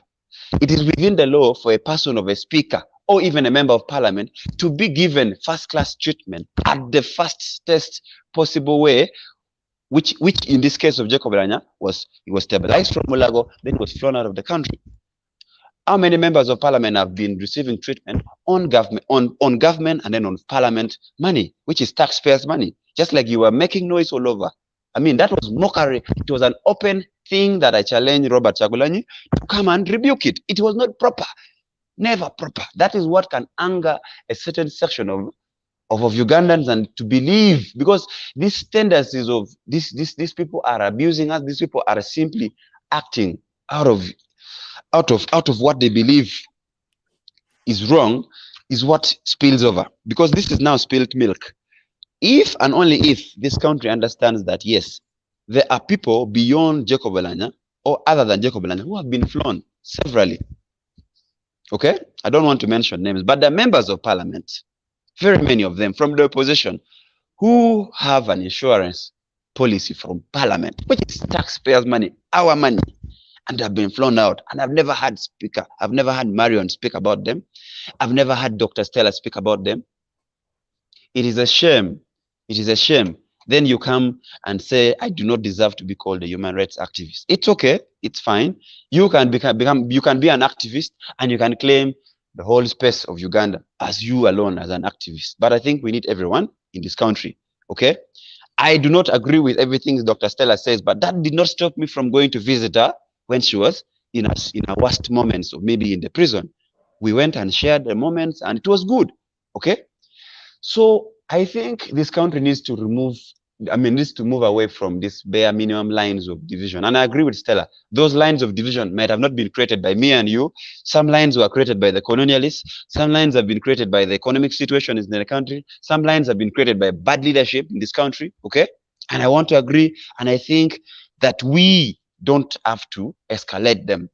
Where I disagree with Stella is the fact that she agrees with me that there are those lines, but she acts contrary to trying to solve the situation. Instead of trying to solve the situation and giving better opinions and policies, Stella seems to be stretching this country further apart, which is widening the scope of the problem, which is widening the space of division that seems to exist. That is where I strongly disagree with Dr. Stella. So perhaps I would want to end it there. Maybe if you could allow me to listen to a few comments because I need to run away. I have another talk show here. You can't run away without. Yeah, that's why I wanted to listen quickly because I have another talk show coming in. Without Marion responding, but just.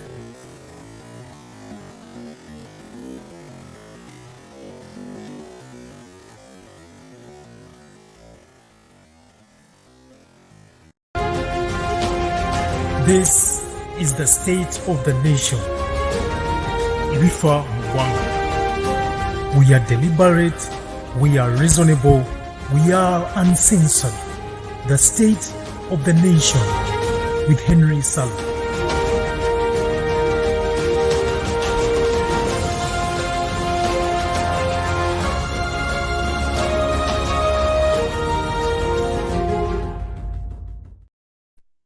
Please follow us on Facebook, on Twitter, and on YouTube.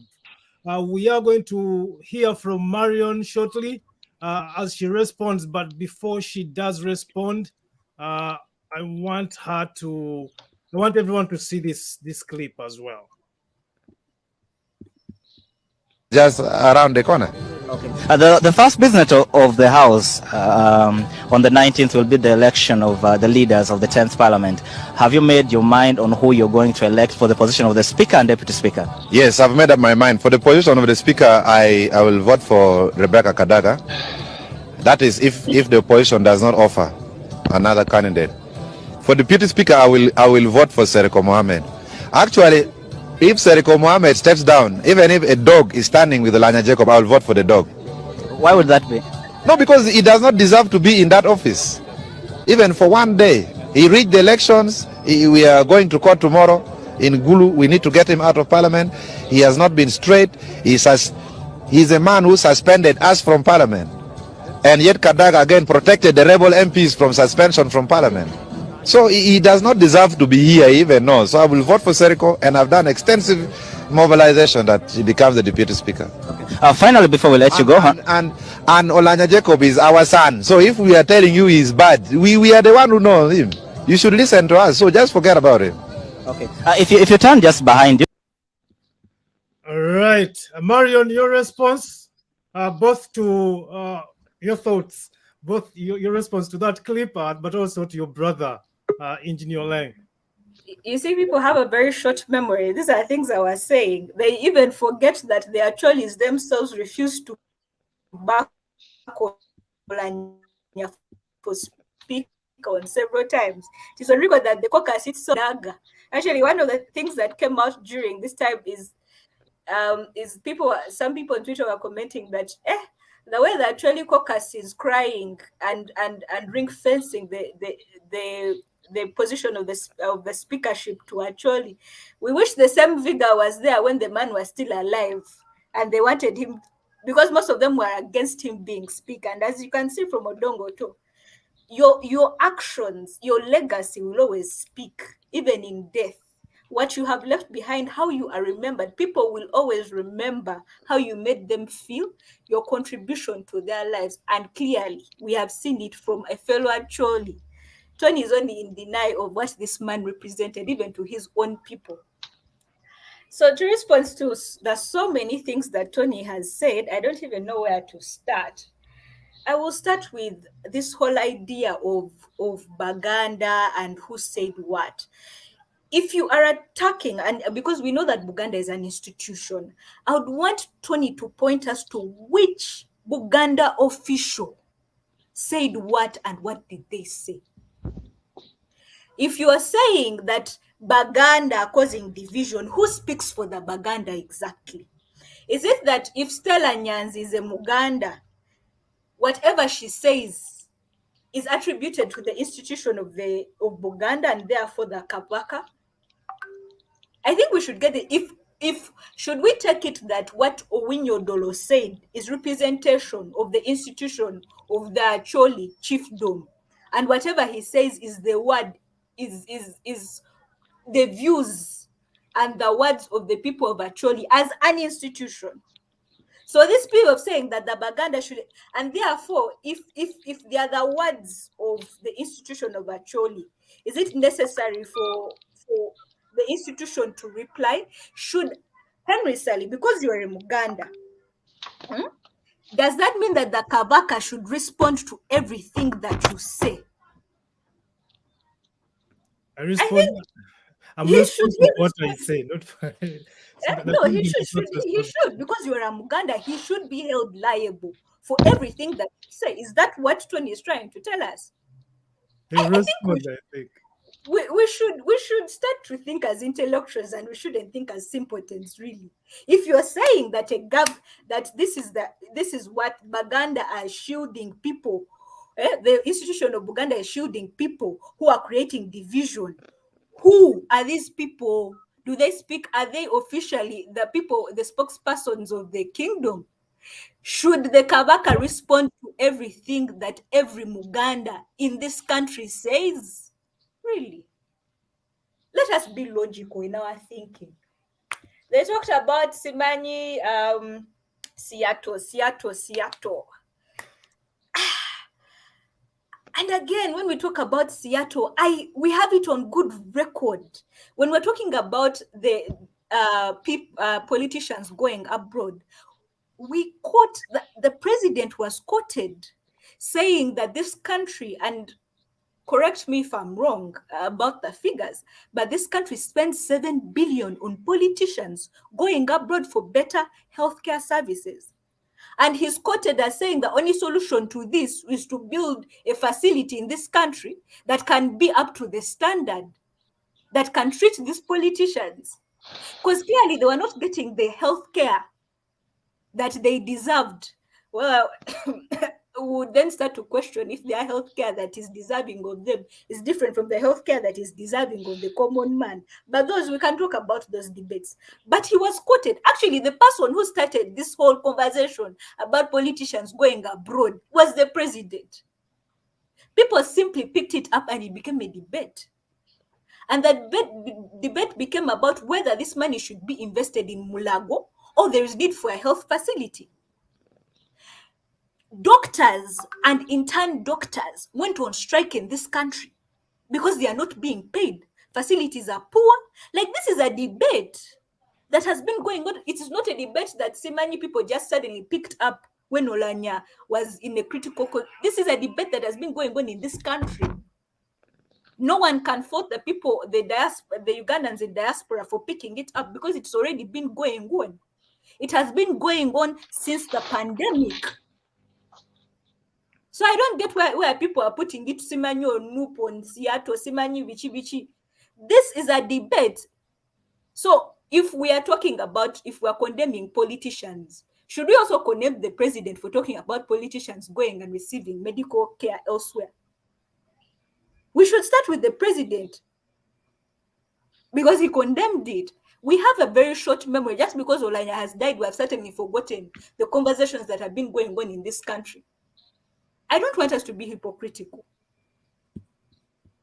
Right. He also talked about opposition, opposition this, opposition that. I think, like Stella has told you, right now we're talking about Oulanya. When they also members of opposition die, we'll also talk about them and how they have contributed to their country, but also to take people down memory lane, people who don't seem to actually know the gravity of what Oulanya did. I remember these parliamentarians even petitioning when the public management order bill was when he was hell bent on passing it, that they sought protection from Kadaga, asking her to scrape it off from the order paper until opposition leaders, because opposition leaders at that time were fewer than government leaders, they asked Rebecca to kind of put a leash on Oulanya so that they can find a middle ground between the ruling members, the members of parliament of the ruling party, and them as opposition. At that time, the current the prime minister at that time, because Kadaga had removed it and she had agreed, let us scrape it off the order paper and proceed as if it's not there until we find a middle ground. Amama Mbabazi gets into a meeting with Kadaga and Oulanya and convinces them otherwise. He even orders Oulanya that he should what? He should make sure that that bill is passed, come rain or sunshine. We remember him even sitting and making sure that that bill is passed, using the tyranny of the majority. And as Stella told you, that because Rebecca Kadaga could not have the could not sleep well at night, or could not have the conscience of passing such a ridiculous bill, she excused herself from the process, and they pick me of government, Oulanya, like he has always been, and that is his legacy, a pick me, always ready to do whatever bidding Museveni wants him to do, was the person who said, oh yes, I am ready to do whatever you want, even if you want me to pass the public management bill, even if the public is opposed to it, I'm going to do it, even if it's unconstitutional. I mean, as a lawyer, he should have known that this bill was unconstitutional. They took it to the Supreme Court and the Supreme Court kicked it out. But as a lawyer, he should have known that he is presiding over an illegality. So that person talking about Oulanya kept to the laws. Well, in this case, he did not. He betrayed the constitutionality of this country. He knew the laws and he knew what he was doing was wrong, but he did it anyway because he could. So that is how he will be remembered. I don't want people to start twisting facts of what happened. Clearly, in that case, the opposition tried the best it could. But because Oulanya knew he had the magie and he could do whatever he wanted and got away with it, he decided to pass an illegality. So, Henry, I don't know whether you could allow me sign out. Oulanya wants to leave, but I don't know if you want to respond to some of Marion's. She still has a couple of things to just two things, then I can sign out. Maybe if I could interject Marion a bit, just one thing. No, it's also to do with what you said, so maybe you can answer them. I think we should all condemn what the Chief Justice said. I don't want us to whitewash what he said. What he said was very tribal. He attacked an institution, even when we see that there was no evidence that the institution itself had actually held those certain sentiments. He started a tribal narrative because he was specific in what he said. Kabaka, people of Uganda. And it goes back to the question I asked initially, who is Buganda and who speaks for the kingdom for you to say those things? And should the Kabaka therefore respond to everything that Buganda says in this? It was wrong what he said. And as someone who heads the judiciary, which is supposed to be the institution of impartiality, if I was a Muganda, I would be scared every time my case comes before him, because clearly he has something against the kingdom. He even started flaunting lies of the fact that the Kabaka was flown out in a presidential jet, which clearly was not true. So if I was a Muganda, whenever I would come and your Chief Justice is handling my case, I would be very, very, very perturbed. Because what if he's tribal? I don't know what's going through his head. If he can say such things out, him holding the public office, then what is he doing presiding over my case? How will I know that he can preside it justly? So I think to everyone, as a person holding a public office, he should have been held to a higher standard. He should be held to a higher standard. There are certain things he can't utter. Even if he thinks them, he shouldn't say certain things in order to protect the sanctity of the judiciary, at least. I think he owes the people of Buganda an apology. If anyone owes anyone an apology, it is him. And he also owes the judiciary an apology, because he shouldn't be saying such rubbish in the public arena because of what he represents: fairness, justice, impartiality. Yeah. Tonny, respond quickly before. I want. Okay, fine. I wanted to just let Marion know that disagreeing with someone, just like Odongoto disagreed with Jacob, does not mean Odongoto now hates Jacob. He doesn't talk to Jacob. I think that's a very low line of thinking that you've gotten into. It does not mean they hate. It's your statement against yourself. So I love the fact that your statement is eating you against yourself, and then you also need to be listening. I didn't talk about hate. You listen keenly. Please quote me well. I am trying to help you on the issue of quotation. You are misquoting in my mouth. What was your word? What did you say? Come again. Just repeat the same statement you said. Don't put words in my mouth. I didn't talk about hate. I just told you that they don't trust him with the position. It's different. I can disagree with you and not trust you. Doesn't mean I hate you. So what is your definition of trust from the video of Odongoto disagreeing with Jacob? On disagreeing with... just does not trust Jacob with the position. Doesn't mean that he hates him. He just doesn't trust him. He just doesn't think that he's up to the responsibility that that position holds. Okay. Well and good. She's explained it for herself. So I just want to thank everyone, and I want to thank Stella at least for apologizing to the family, maybe to the daughter and the rest. So I want to thank Ssali for the time, and I want to wish you a very great weekend. Thank you. Thank you so much for joining us. Good luck in your next presentation. But Henry, I never apologized to anyone. I apologized. You apologized to the daughter. He just likes twisting things around. I don't know what's wrong with him.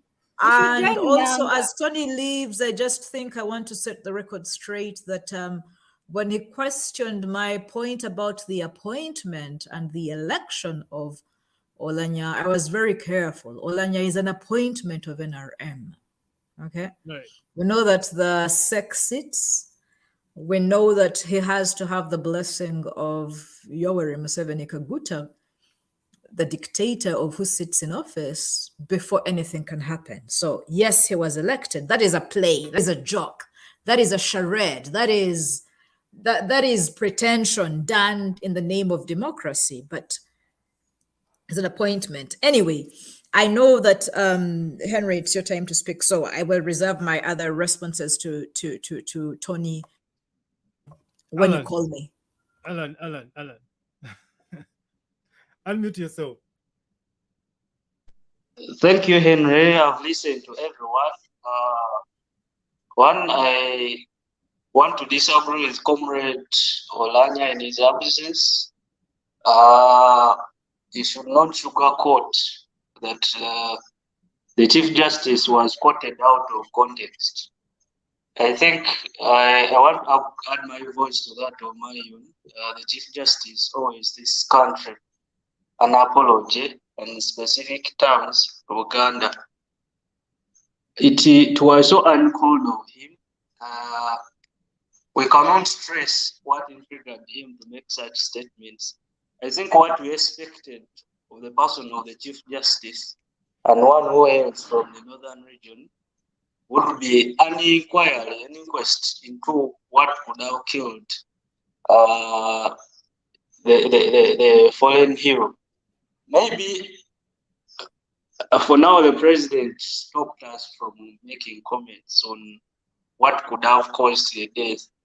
But of course, following his period of sickness, we are told that he had colon cancer, and told that I think I saw some MPs making comments that his health situation would only be handled in 3 hospitals that are in 3 different countries, one being Seattle, the other being France, and I think another one being in Israel.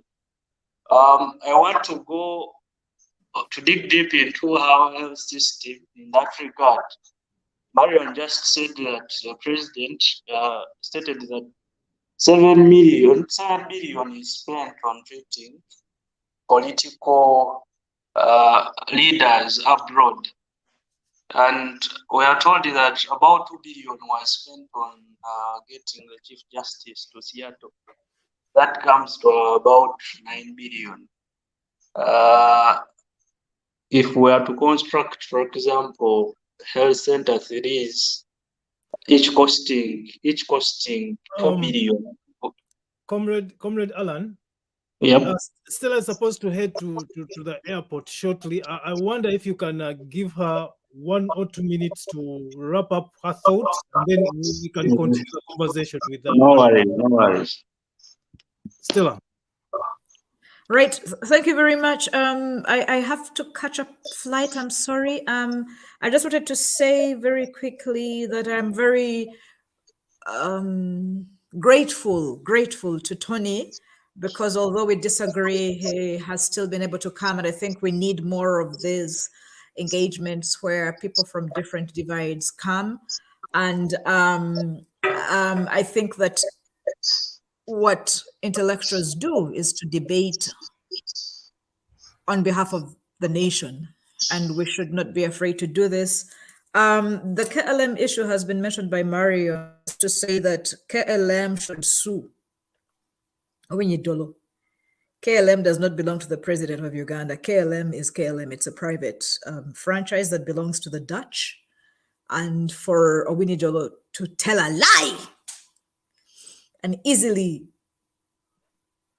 provable lie about the Kabaka's flight to Germany is shameful. It's a disgrace. It's also criminal. It is criminal. Okay, so the Chief Justice of Uganda is a criminal. He lies. Of course, the tribal sentiments are important. The issue about Seattle shows how ethnic divisions can become the center of attention when we are not an ethnic people. I wanted to tell Tonny that Milton Alimadi, son of the soil, Sholiman, northern Uganda, in diaspora, is among the leaders of that so-called NUP protest. He's not a Muganda.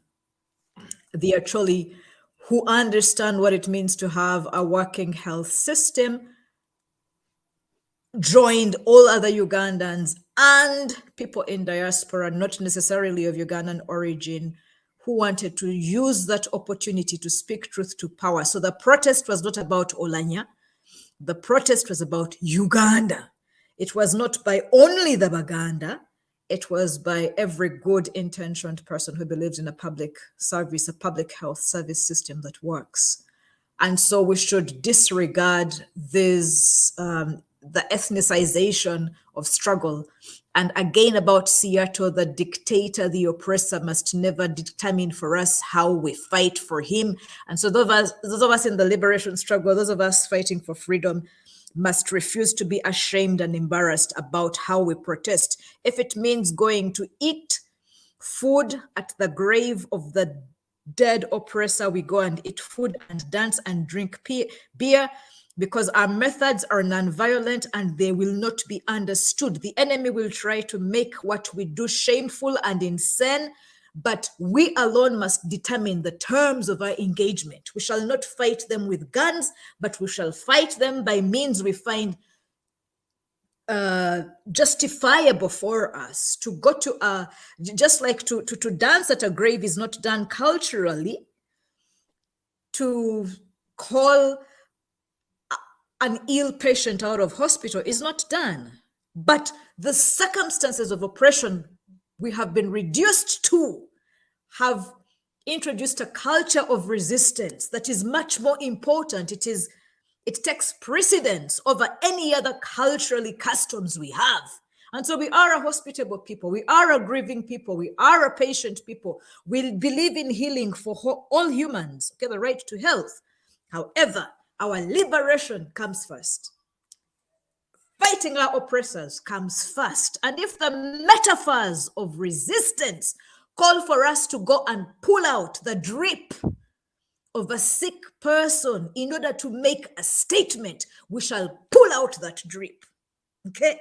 If it means that we take wine and pour it on the grave of a freshly buried person, we shall recall those customary practices we did in our history in order to front our resistance and our issues. The whole world that hears about the protest in Seattle knows it was never about Oulanya. It was about Uganda and Uganda's health care. And so we must determine for ourselves how to fight. When I fight with my nipples, it's not about my breast. It's about my freedom to express myself. And so the terms of our engagement come first. The questions about parliamentarians, healthcare, and the Constitution, one of the things we need to do when we get to power, when we reclaim our power, are to revise the Constitution and make it a constitution that works for all of us, to amend the imbalances of power between the elite who have power and resources and the public. And so the question about the privileges that people in power, the parliamentarians, for example, access to cars and fuel and salaries and all those things, are the very same question about access to healthcare of members of parliament. We must revise and amend our laws so that they cater for the common man much more than they cater for every person in power. And very lastly, just to say that even when the burial happens, as Ugandans, we shall be mourning, we shall be grieving. We are human beings. We lost somebody. However, for some of us, the liberation struggle comes first. If it means dancing naked on Oulanya's grave, we shall dance naked because the liberation struggle comes first. It does not mean tulibagwenyufu. It doesn't mean we are uncultured and ill-mannered and insane. It just means that our priorities right now are for the liberation of Uganda. And we are flying our flags at half-mast, but we are flying the liberation flag higher. I'm a Muganda who stands in mourning with the death of another Ugandan, but I yearn for freedom much more than I am grieving for Oulanya, because the future of Uganda, the future of my children, Oulanya is dead. The Bible says, let the dead bury their dead. I'm not going to be more biblical than the Bible. I'm not going to be more godly than God. Okay? The Bible says there's no mercy for the wicked. This is God saying, where shall I pretend to be more merciful than God himself? And so as Uganda grieves for Oulanya, I will be grieving. However, I will also be mocking. This is what I wanted to tell Tony. I will be mocking his stupidity. And he wasn't a stupid man, but the necessity to eat, the necessity to be politically relevant, the necessity to build his political capital made him a stupid person. And we see his stupidity when we see the side on which he died. talking to me about the scars on his belly, how much he did for the struggle. He did so much for the struggle more than me. I don't care what he did. He joined the struggle long ago. So what? He died on the wrong side. And because he died on the wrong side, he didn't have the intelligence and integrity to die on the side of Uganda and Ugandans. He died on the side of Yoweri Museveni, the oppressor. He died a stupid man, a wise, foolish man. And so a good man, I wrote a poem today, a good man died on the side. He died on the side of the national divide, because it's true, he was a good man, but he died a bad man. Tukole tutya. Tugenda okuzina dance. Tuzine umusajja yafudde. Jesus didn't come to save Lazarus. So if Tony were here, I'd say fuck you again, because his Jesus did not come to save him. And I say fuck you with all the respect I can muster. It is a tool that I deploy to highlight and underline and underscore an important moment. Fuck you, Oulanya, in death. You died on the wrong side. I wouldn't have fucked you if you hadn't died with Museveni. But fuck you for dying on Museveni's side, respectfully. And I sign out, Henry. Thank you. I'll see you next weekend. And Marion and Allan, it was a pleasure being with you. Chitalo nyo, chitalo dala. Thank you so much, Dr. Stella. Have a nice flight. Allan.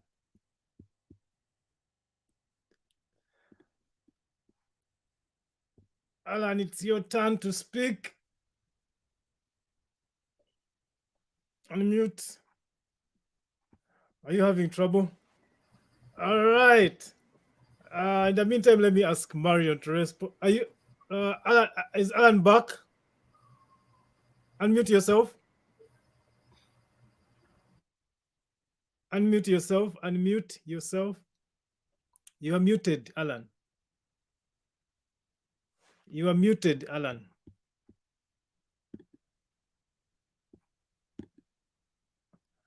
Allan, you are muted. Okay, so he doesn't hear us, I think. Yeah, I commend you for, I commend him for joining us from Sese, actually. Sese Islands, the network is not the best, I guess. Marion, what are your thoughts as the conversation has not wrapped up with everyone around, but your thoughts. Well, I will start from, and something I forgot to talk about when Tony was here, when he talked about the legacy of Oulanya as a student leader and how he has sacrificed. Speaking as a student leader who has equally led protests, I will say that, when you look at Oulanya's legacy as a student leader, forget about when he becomes a national leader, it's disastrous on that end, I would say, in my own opinion, I think it is ironic that he was brutalized during an assembly, a demonstration. Some people say that it was a walk to parliament to hand in a petition of things hurting students. And during that, students died, students were gunned down. It is ironic that later on, when he becomes a deputy speaker, he presides over a bill, a piece of legislation that condemns what he used to do as a student leader.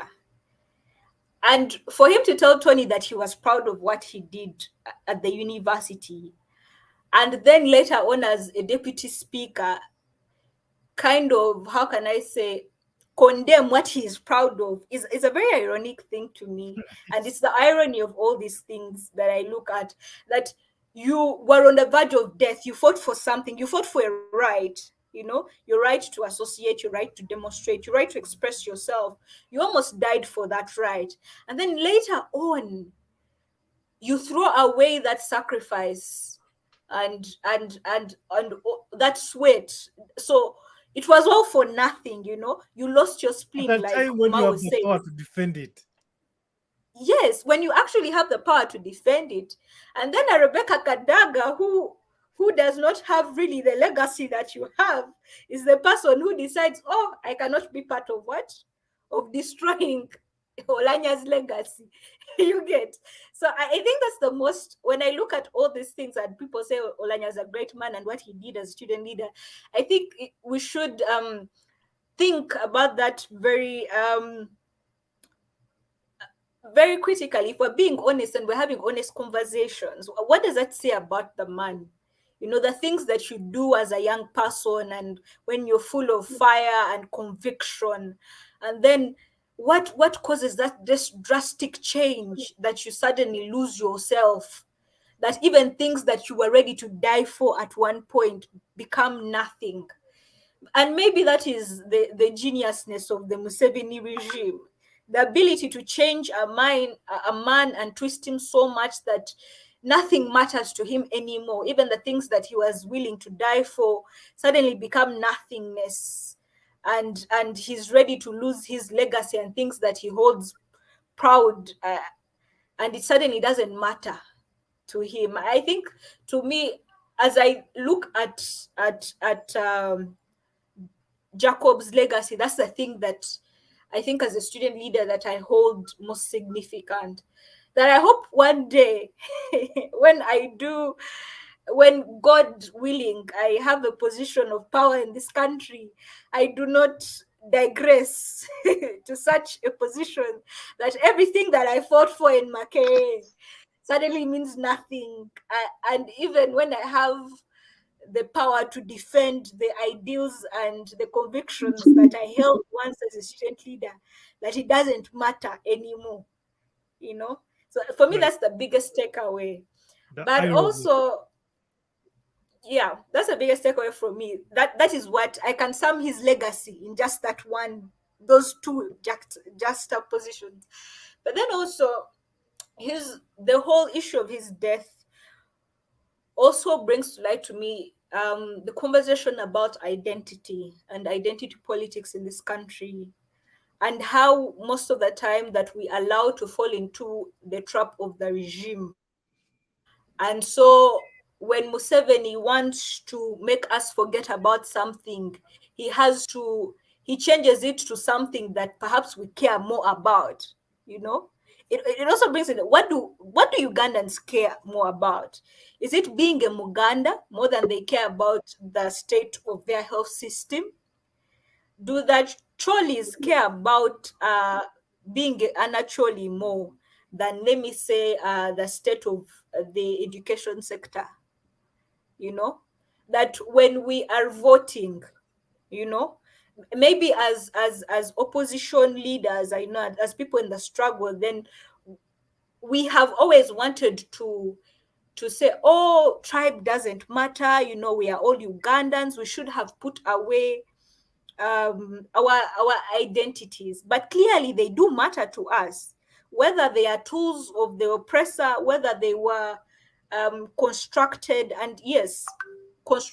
by the colonialists to create a divide and rule kind of situation. But they matter to us, irrespective of whose tools they are being used by, you know, to oppress. So I think then we need to have the conversation on how we do our politics. Also, we're doing our politics ignoring the issue of tribe. When if we continue to ignore it, then it can be used as a tool against us when we're unaware. I don't know if you get me when I say that. That, you know, the more we ignore it, someone else is not willing to ignore it. While we want to ignore it and say that, you know, we are all Ugandans, we should live in harmony, clearly someone else is not ignoring it and keeps on bringing it up to divide us, and it works every time. So maybe we need to start making it part of our politics and realize, oh, if I am Noop, you know, and maybe I'm not acceptable in the West, so who do I get as my Western ally to make me acceptable there? Who can speak in their language? I think, you know, because the Kenyans have it, you know, they didn't ignore it. They acknowledge that tribe is a thing for them and it matters to them. And therefore, the oppressors cannot use it against them because they're already using it for their own benefit. Right. So maybe as But I Ugandans, think we need to have. I think we make a mistake when we ignore those things, because when you look at the foundation of the Parliament of Uganda is intrinsically bounded into tribes. That's how the Parliament of Uganda comes into existence. So for us to pretend that these things do not matter and therefore we should get rid of them, I think we are doing a disservice not just to the nation, the Uganda we are trying to build, but also to how we engage with the conversations that are pertinent. Yes. I agree with you completely.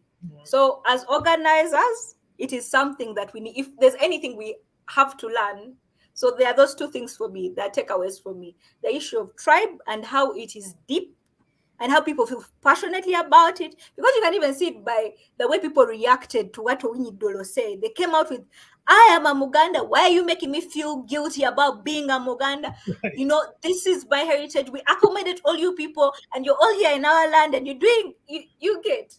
So this thing matters, you know, and as organizers, we need to learn how to live with it, embrace it. It is who we are.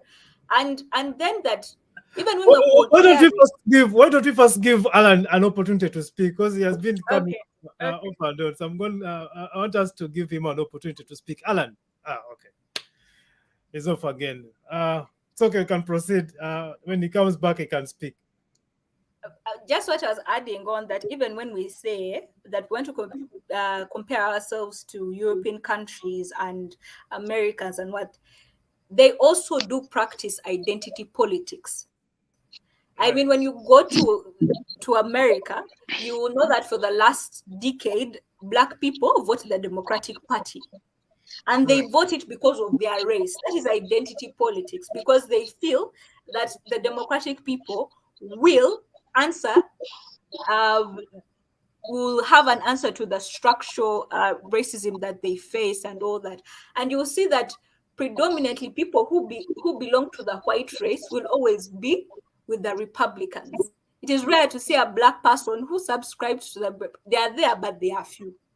So identity politics, our identity as people, my identity as a woman, as an African, as a Black person, will always play in what my political ideology becomes and how I vote.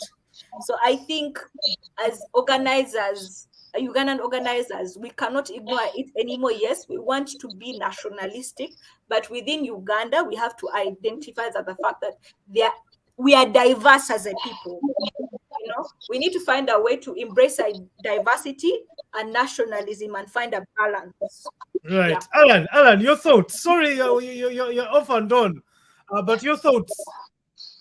If you hear us, your thoughts. You know, I'm deep in the Ssali Island, so I don't know why my network gets interrupted. But nonetheless, let me give my thoughts. I was still saying that the Chief Justice was out of order. He ate his own cake and then wanted to have it. You cannot say you've grown up from here, you've studied normal. We get lost in what he's trying to mean. But I don't want to go deep into the tribal talk. I want to delve into our health sector and the fact that the late died from abroad. But still making a point that Marion told us that 7 billion are spent on politicians alone every year, and 2 billion was spent on taking the deceased abroad for treatment. That comes to 9 billion. If you do make simple math and want to get to construct, say, health centers, each one costing 2 billion, will be having about 4 health centers. Henry wants to take the viewers deep into the analysis of what our health sector is like. we usually discuss the health system parts. I am a student of One Health, and according to the World Health Organization, a working health system is supposed to be made of 6 pillars, including governance and leadership, including finance, including access to essential medicine, including health information systems, the workforce, and service delivery. So we usually largely concentrate on service delivery and leave out, and the workforce, and leave out the other pillars. I want to give the viewers a picture of what our health system looks like, and we ask ourselves if we are also as citizens doing enough to demand accountability from our leaders.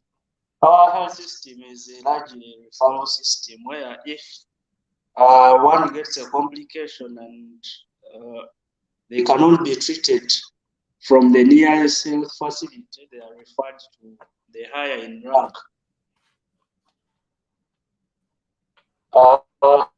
The system is designed in such a way that at our villages, village health workers, some call them community medicine distributors.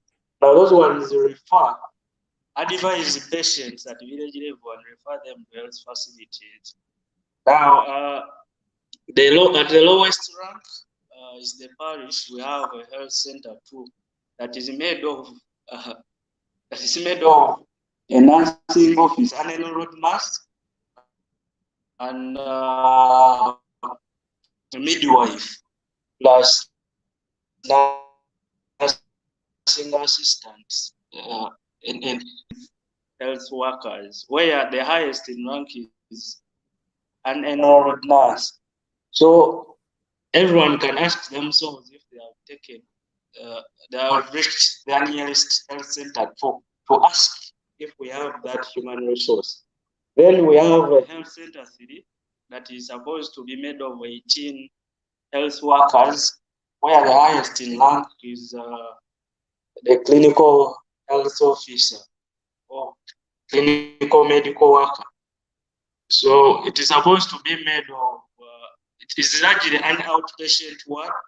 So where we have patients attend and having full-time service by health workers is the level of a health center 4. It is also made of all the human resource that is at the health center 3 facility, and it is headed by a senior medical officer, and then supposed to have a medical officer. Now, we ask ourselves if we have those ones at our respective places. If we don't ask those questions, then we may not know where we want our health system to be. Then, from the health center 4, which is supposed to accommodate a constituency or a county, then every district is supposed to have a district hospital. Now we have, I think, 146 districts apparently. I don't think we have more than 80 district hospitals. Even that number is overrated. So we should analyze our health system from that angle. The World Health Organization still says that the list for each country, the least amount of money that should be injected in a health system should be 5% of its GDP. That is the list. In Uganda's case, we inject only, before we go to the topmost level, analyzing whether cases have to be referred or out of the country and or not, we should ask ourselves the basics. Until we get concerned about the basics, we will be paying lip service to a global health system that we all imagine of. Uganda is a signatory to the Abuja Declaration of 2001, where every country committed itself to providing 15% of its budget to the health system. In the list rather the highest we've ever injected in our health system was in 2011, and we went up to the tune of between 11 to 12%.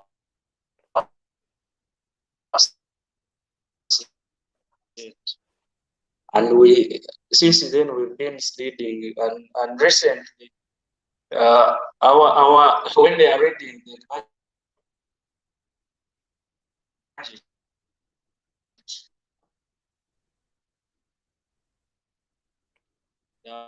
of large we are losing your voice. Using the health budget. We are losing your voice. We are losing the education sector. Confused about how. Can you get me now? Is it getting better now? Yeah.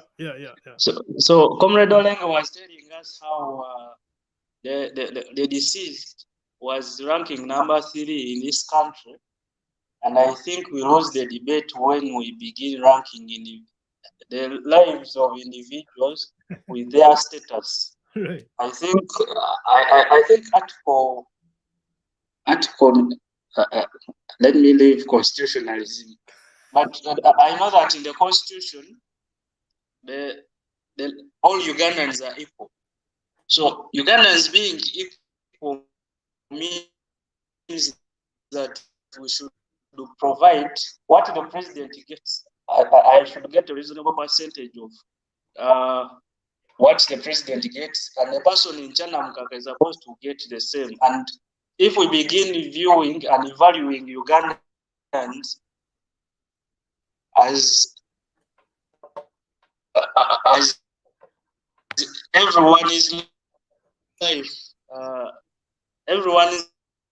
life mattering, I want to look into what our governments recently makes mention of. To have a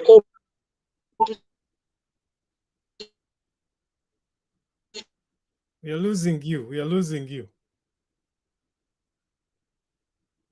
Who do service to their country. We are losing you, Allan.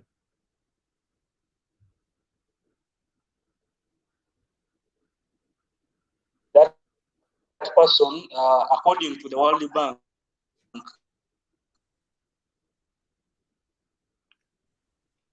you are breaking down all the numbers. We love the numbers, but we don't hear you. The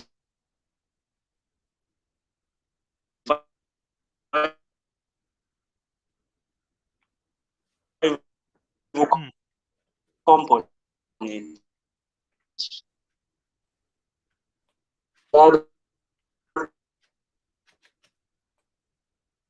They should have. You are saying a lot of things that we do not hear. Do you hear us? Do you hear me? Allan, do you hear me?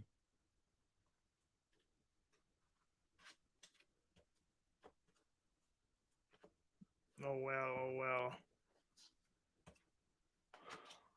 Right, Marion. I think it's network, but allow me to go, Henry. I have to catch supper. Okay.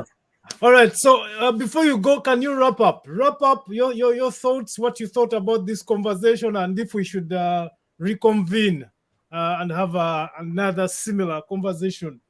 Perhaps we should start interrogating people's leadership before they die. Would that be helpful?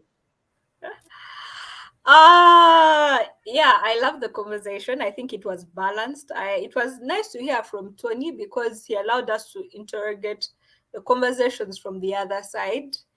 It's nice that he had a backup at some point from Allan, though they disagreed along the way. I love the conversation. It was quite engaged. This is what's going on in the country, and I think most of the time people forget a lot. Ugandans, they say that we move on. We move on quite quickly. Right. So it's important to remind people, this is what, do not be deterred or distracted by all the things going on, because I also realize sometimes the powers that be bombard you with all sorts of stories at the same time. So the conversation comes from when Oulanyah, why why did Oulanyah die? What caused his death too? Why did the people in Seattle protest to Owinyo Dolo, or to, let me say, Muhozi's posts about the Karamajong? So a lot of things were happening, and Ugandans were being bombarded with all these stories. And I think few people were able to kind of sail through and see, you know, what is the important conversation which should be happening, and what is hogwash, what should we ignore.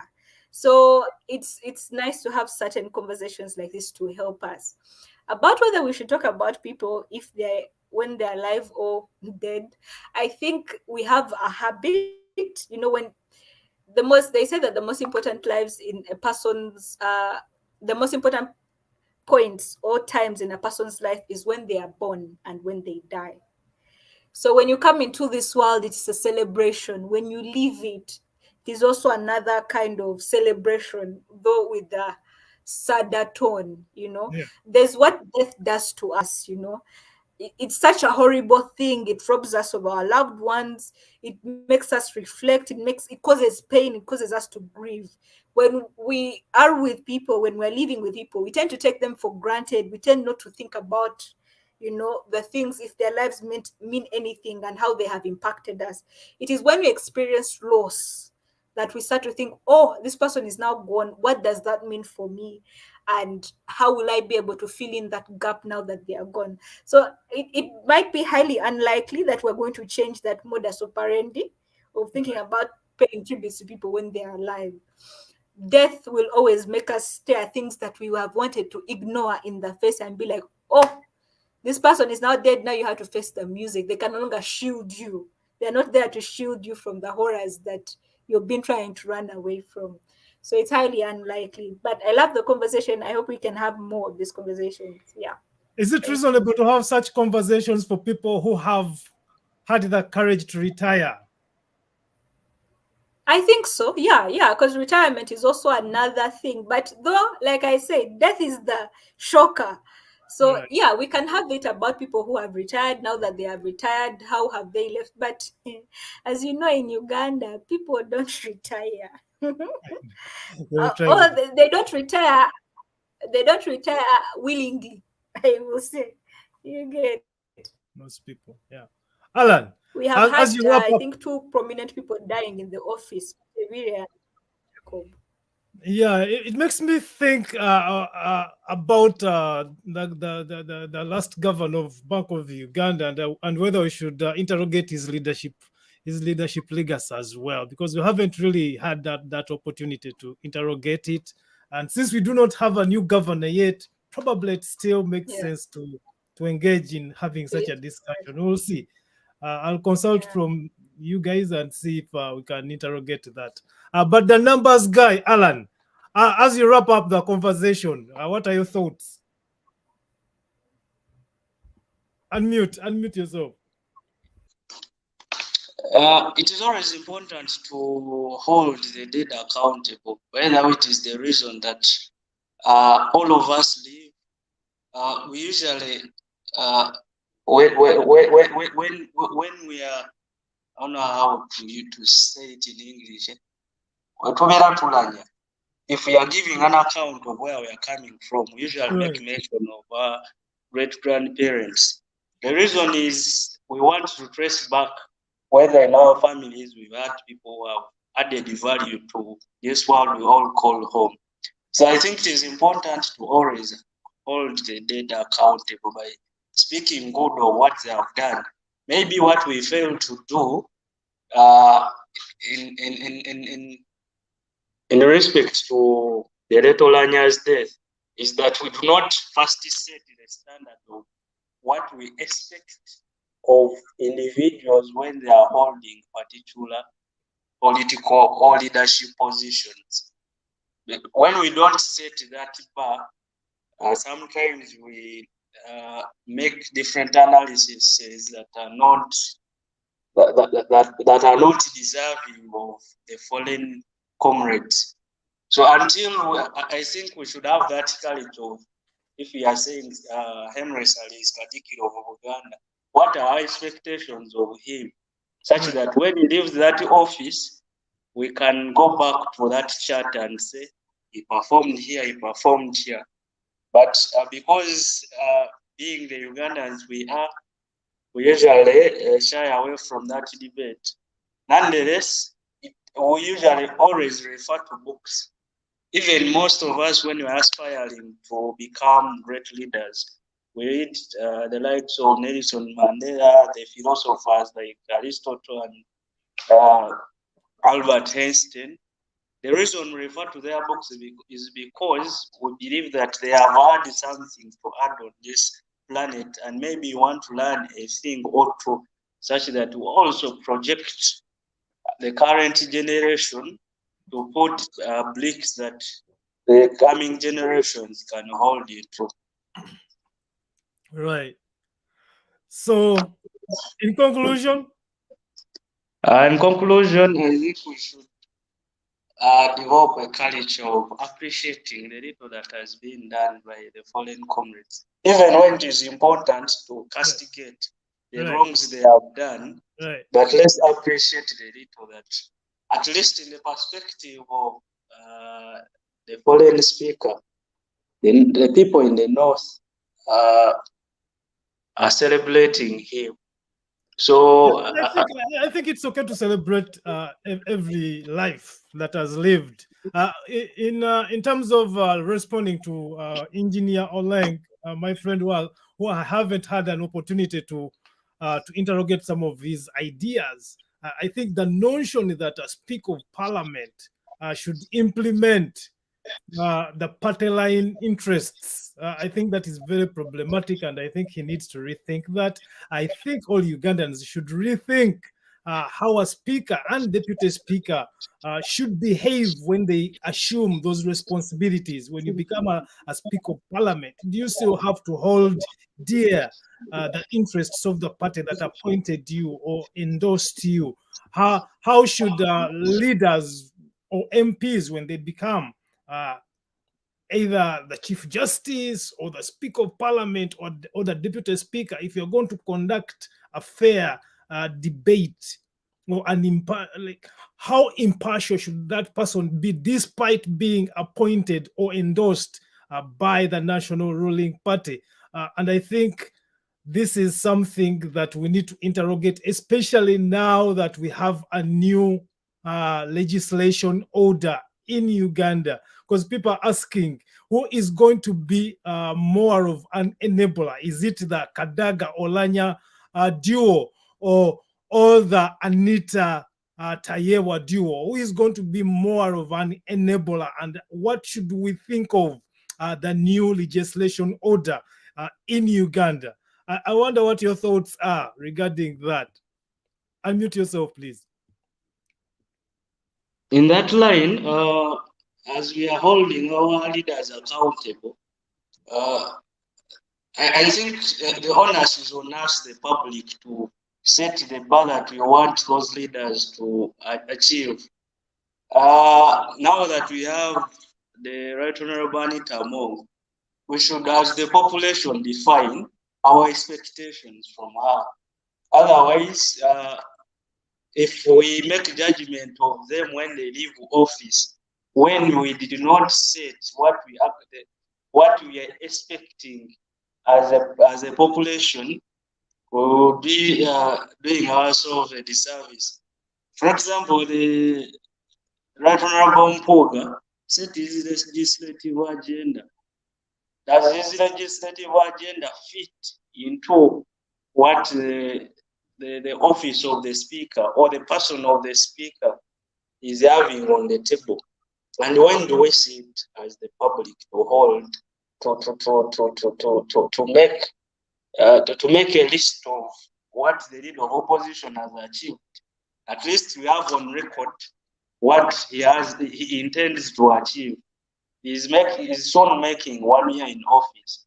As the public, we go back and ask him whether he's about to achieve what he has promised us. But since the speaker usually is from the ruling government, it is unlikely. The ruling government usually sets its own manifesto and legislative agenda. But as the public, are we setting that those points that we want to see the speaker come to pass at the end of his tenure? I think we should go back and rethink in that regard. And maybe the different political parties to hold the sitting speaker accountable. The different political parties set their agenda in parliament. Okay, we would say that the agenda fits into that of the leader of opposition. But when do they think? When do they sit to make evaluation of that legislative agenda? Mm-hmm. Very interesting. Very interesting. Very interesting. I'm looking forward to another conversation similar to this. Maybe next Sunday we can discuss the embrace.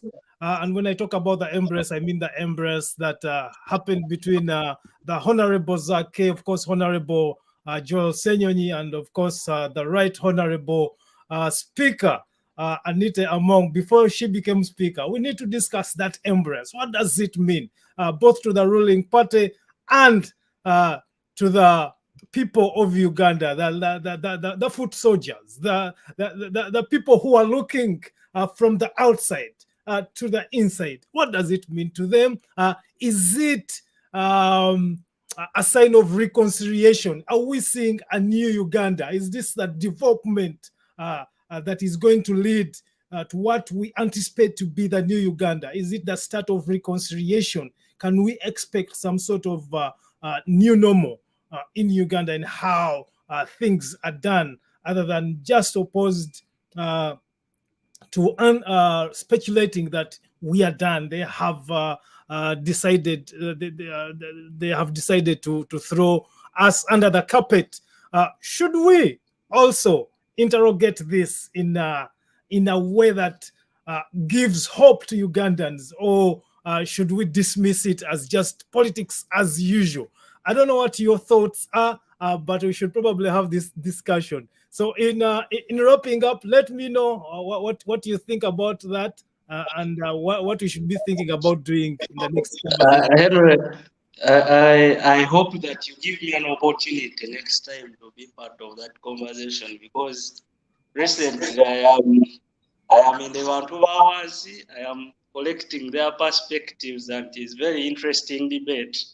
I want to give my views when that time comes. I hope you give me the opportunity. All right, Alan.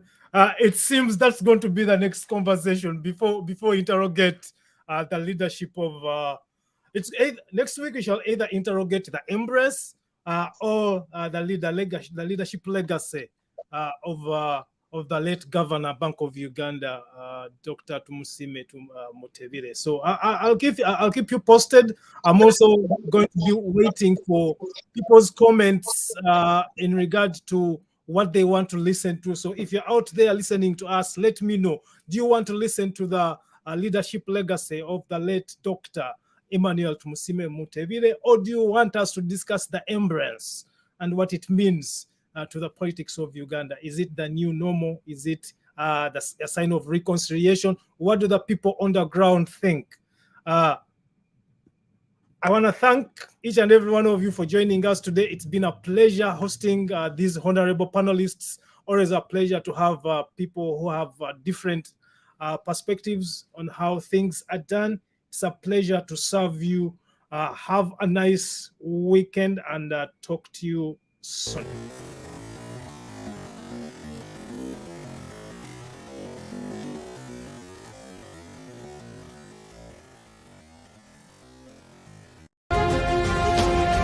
This is the state of the nation.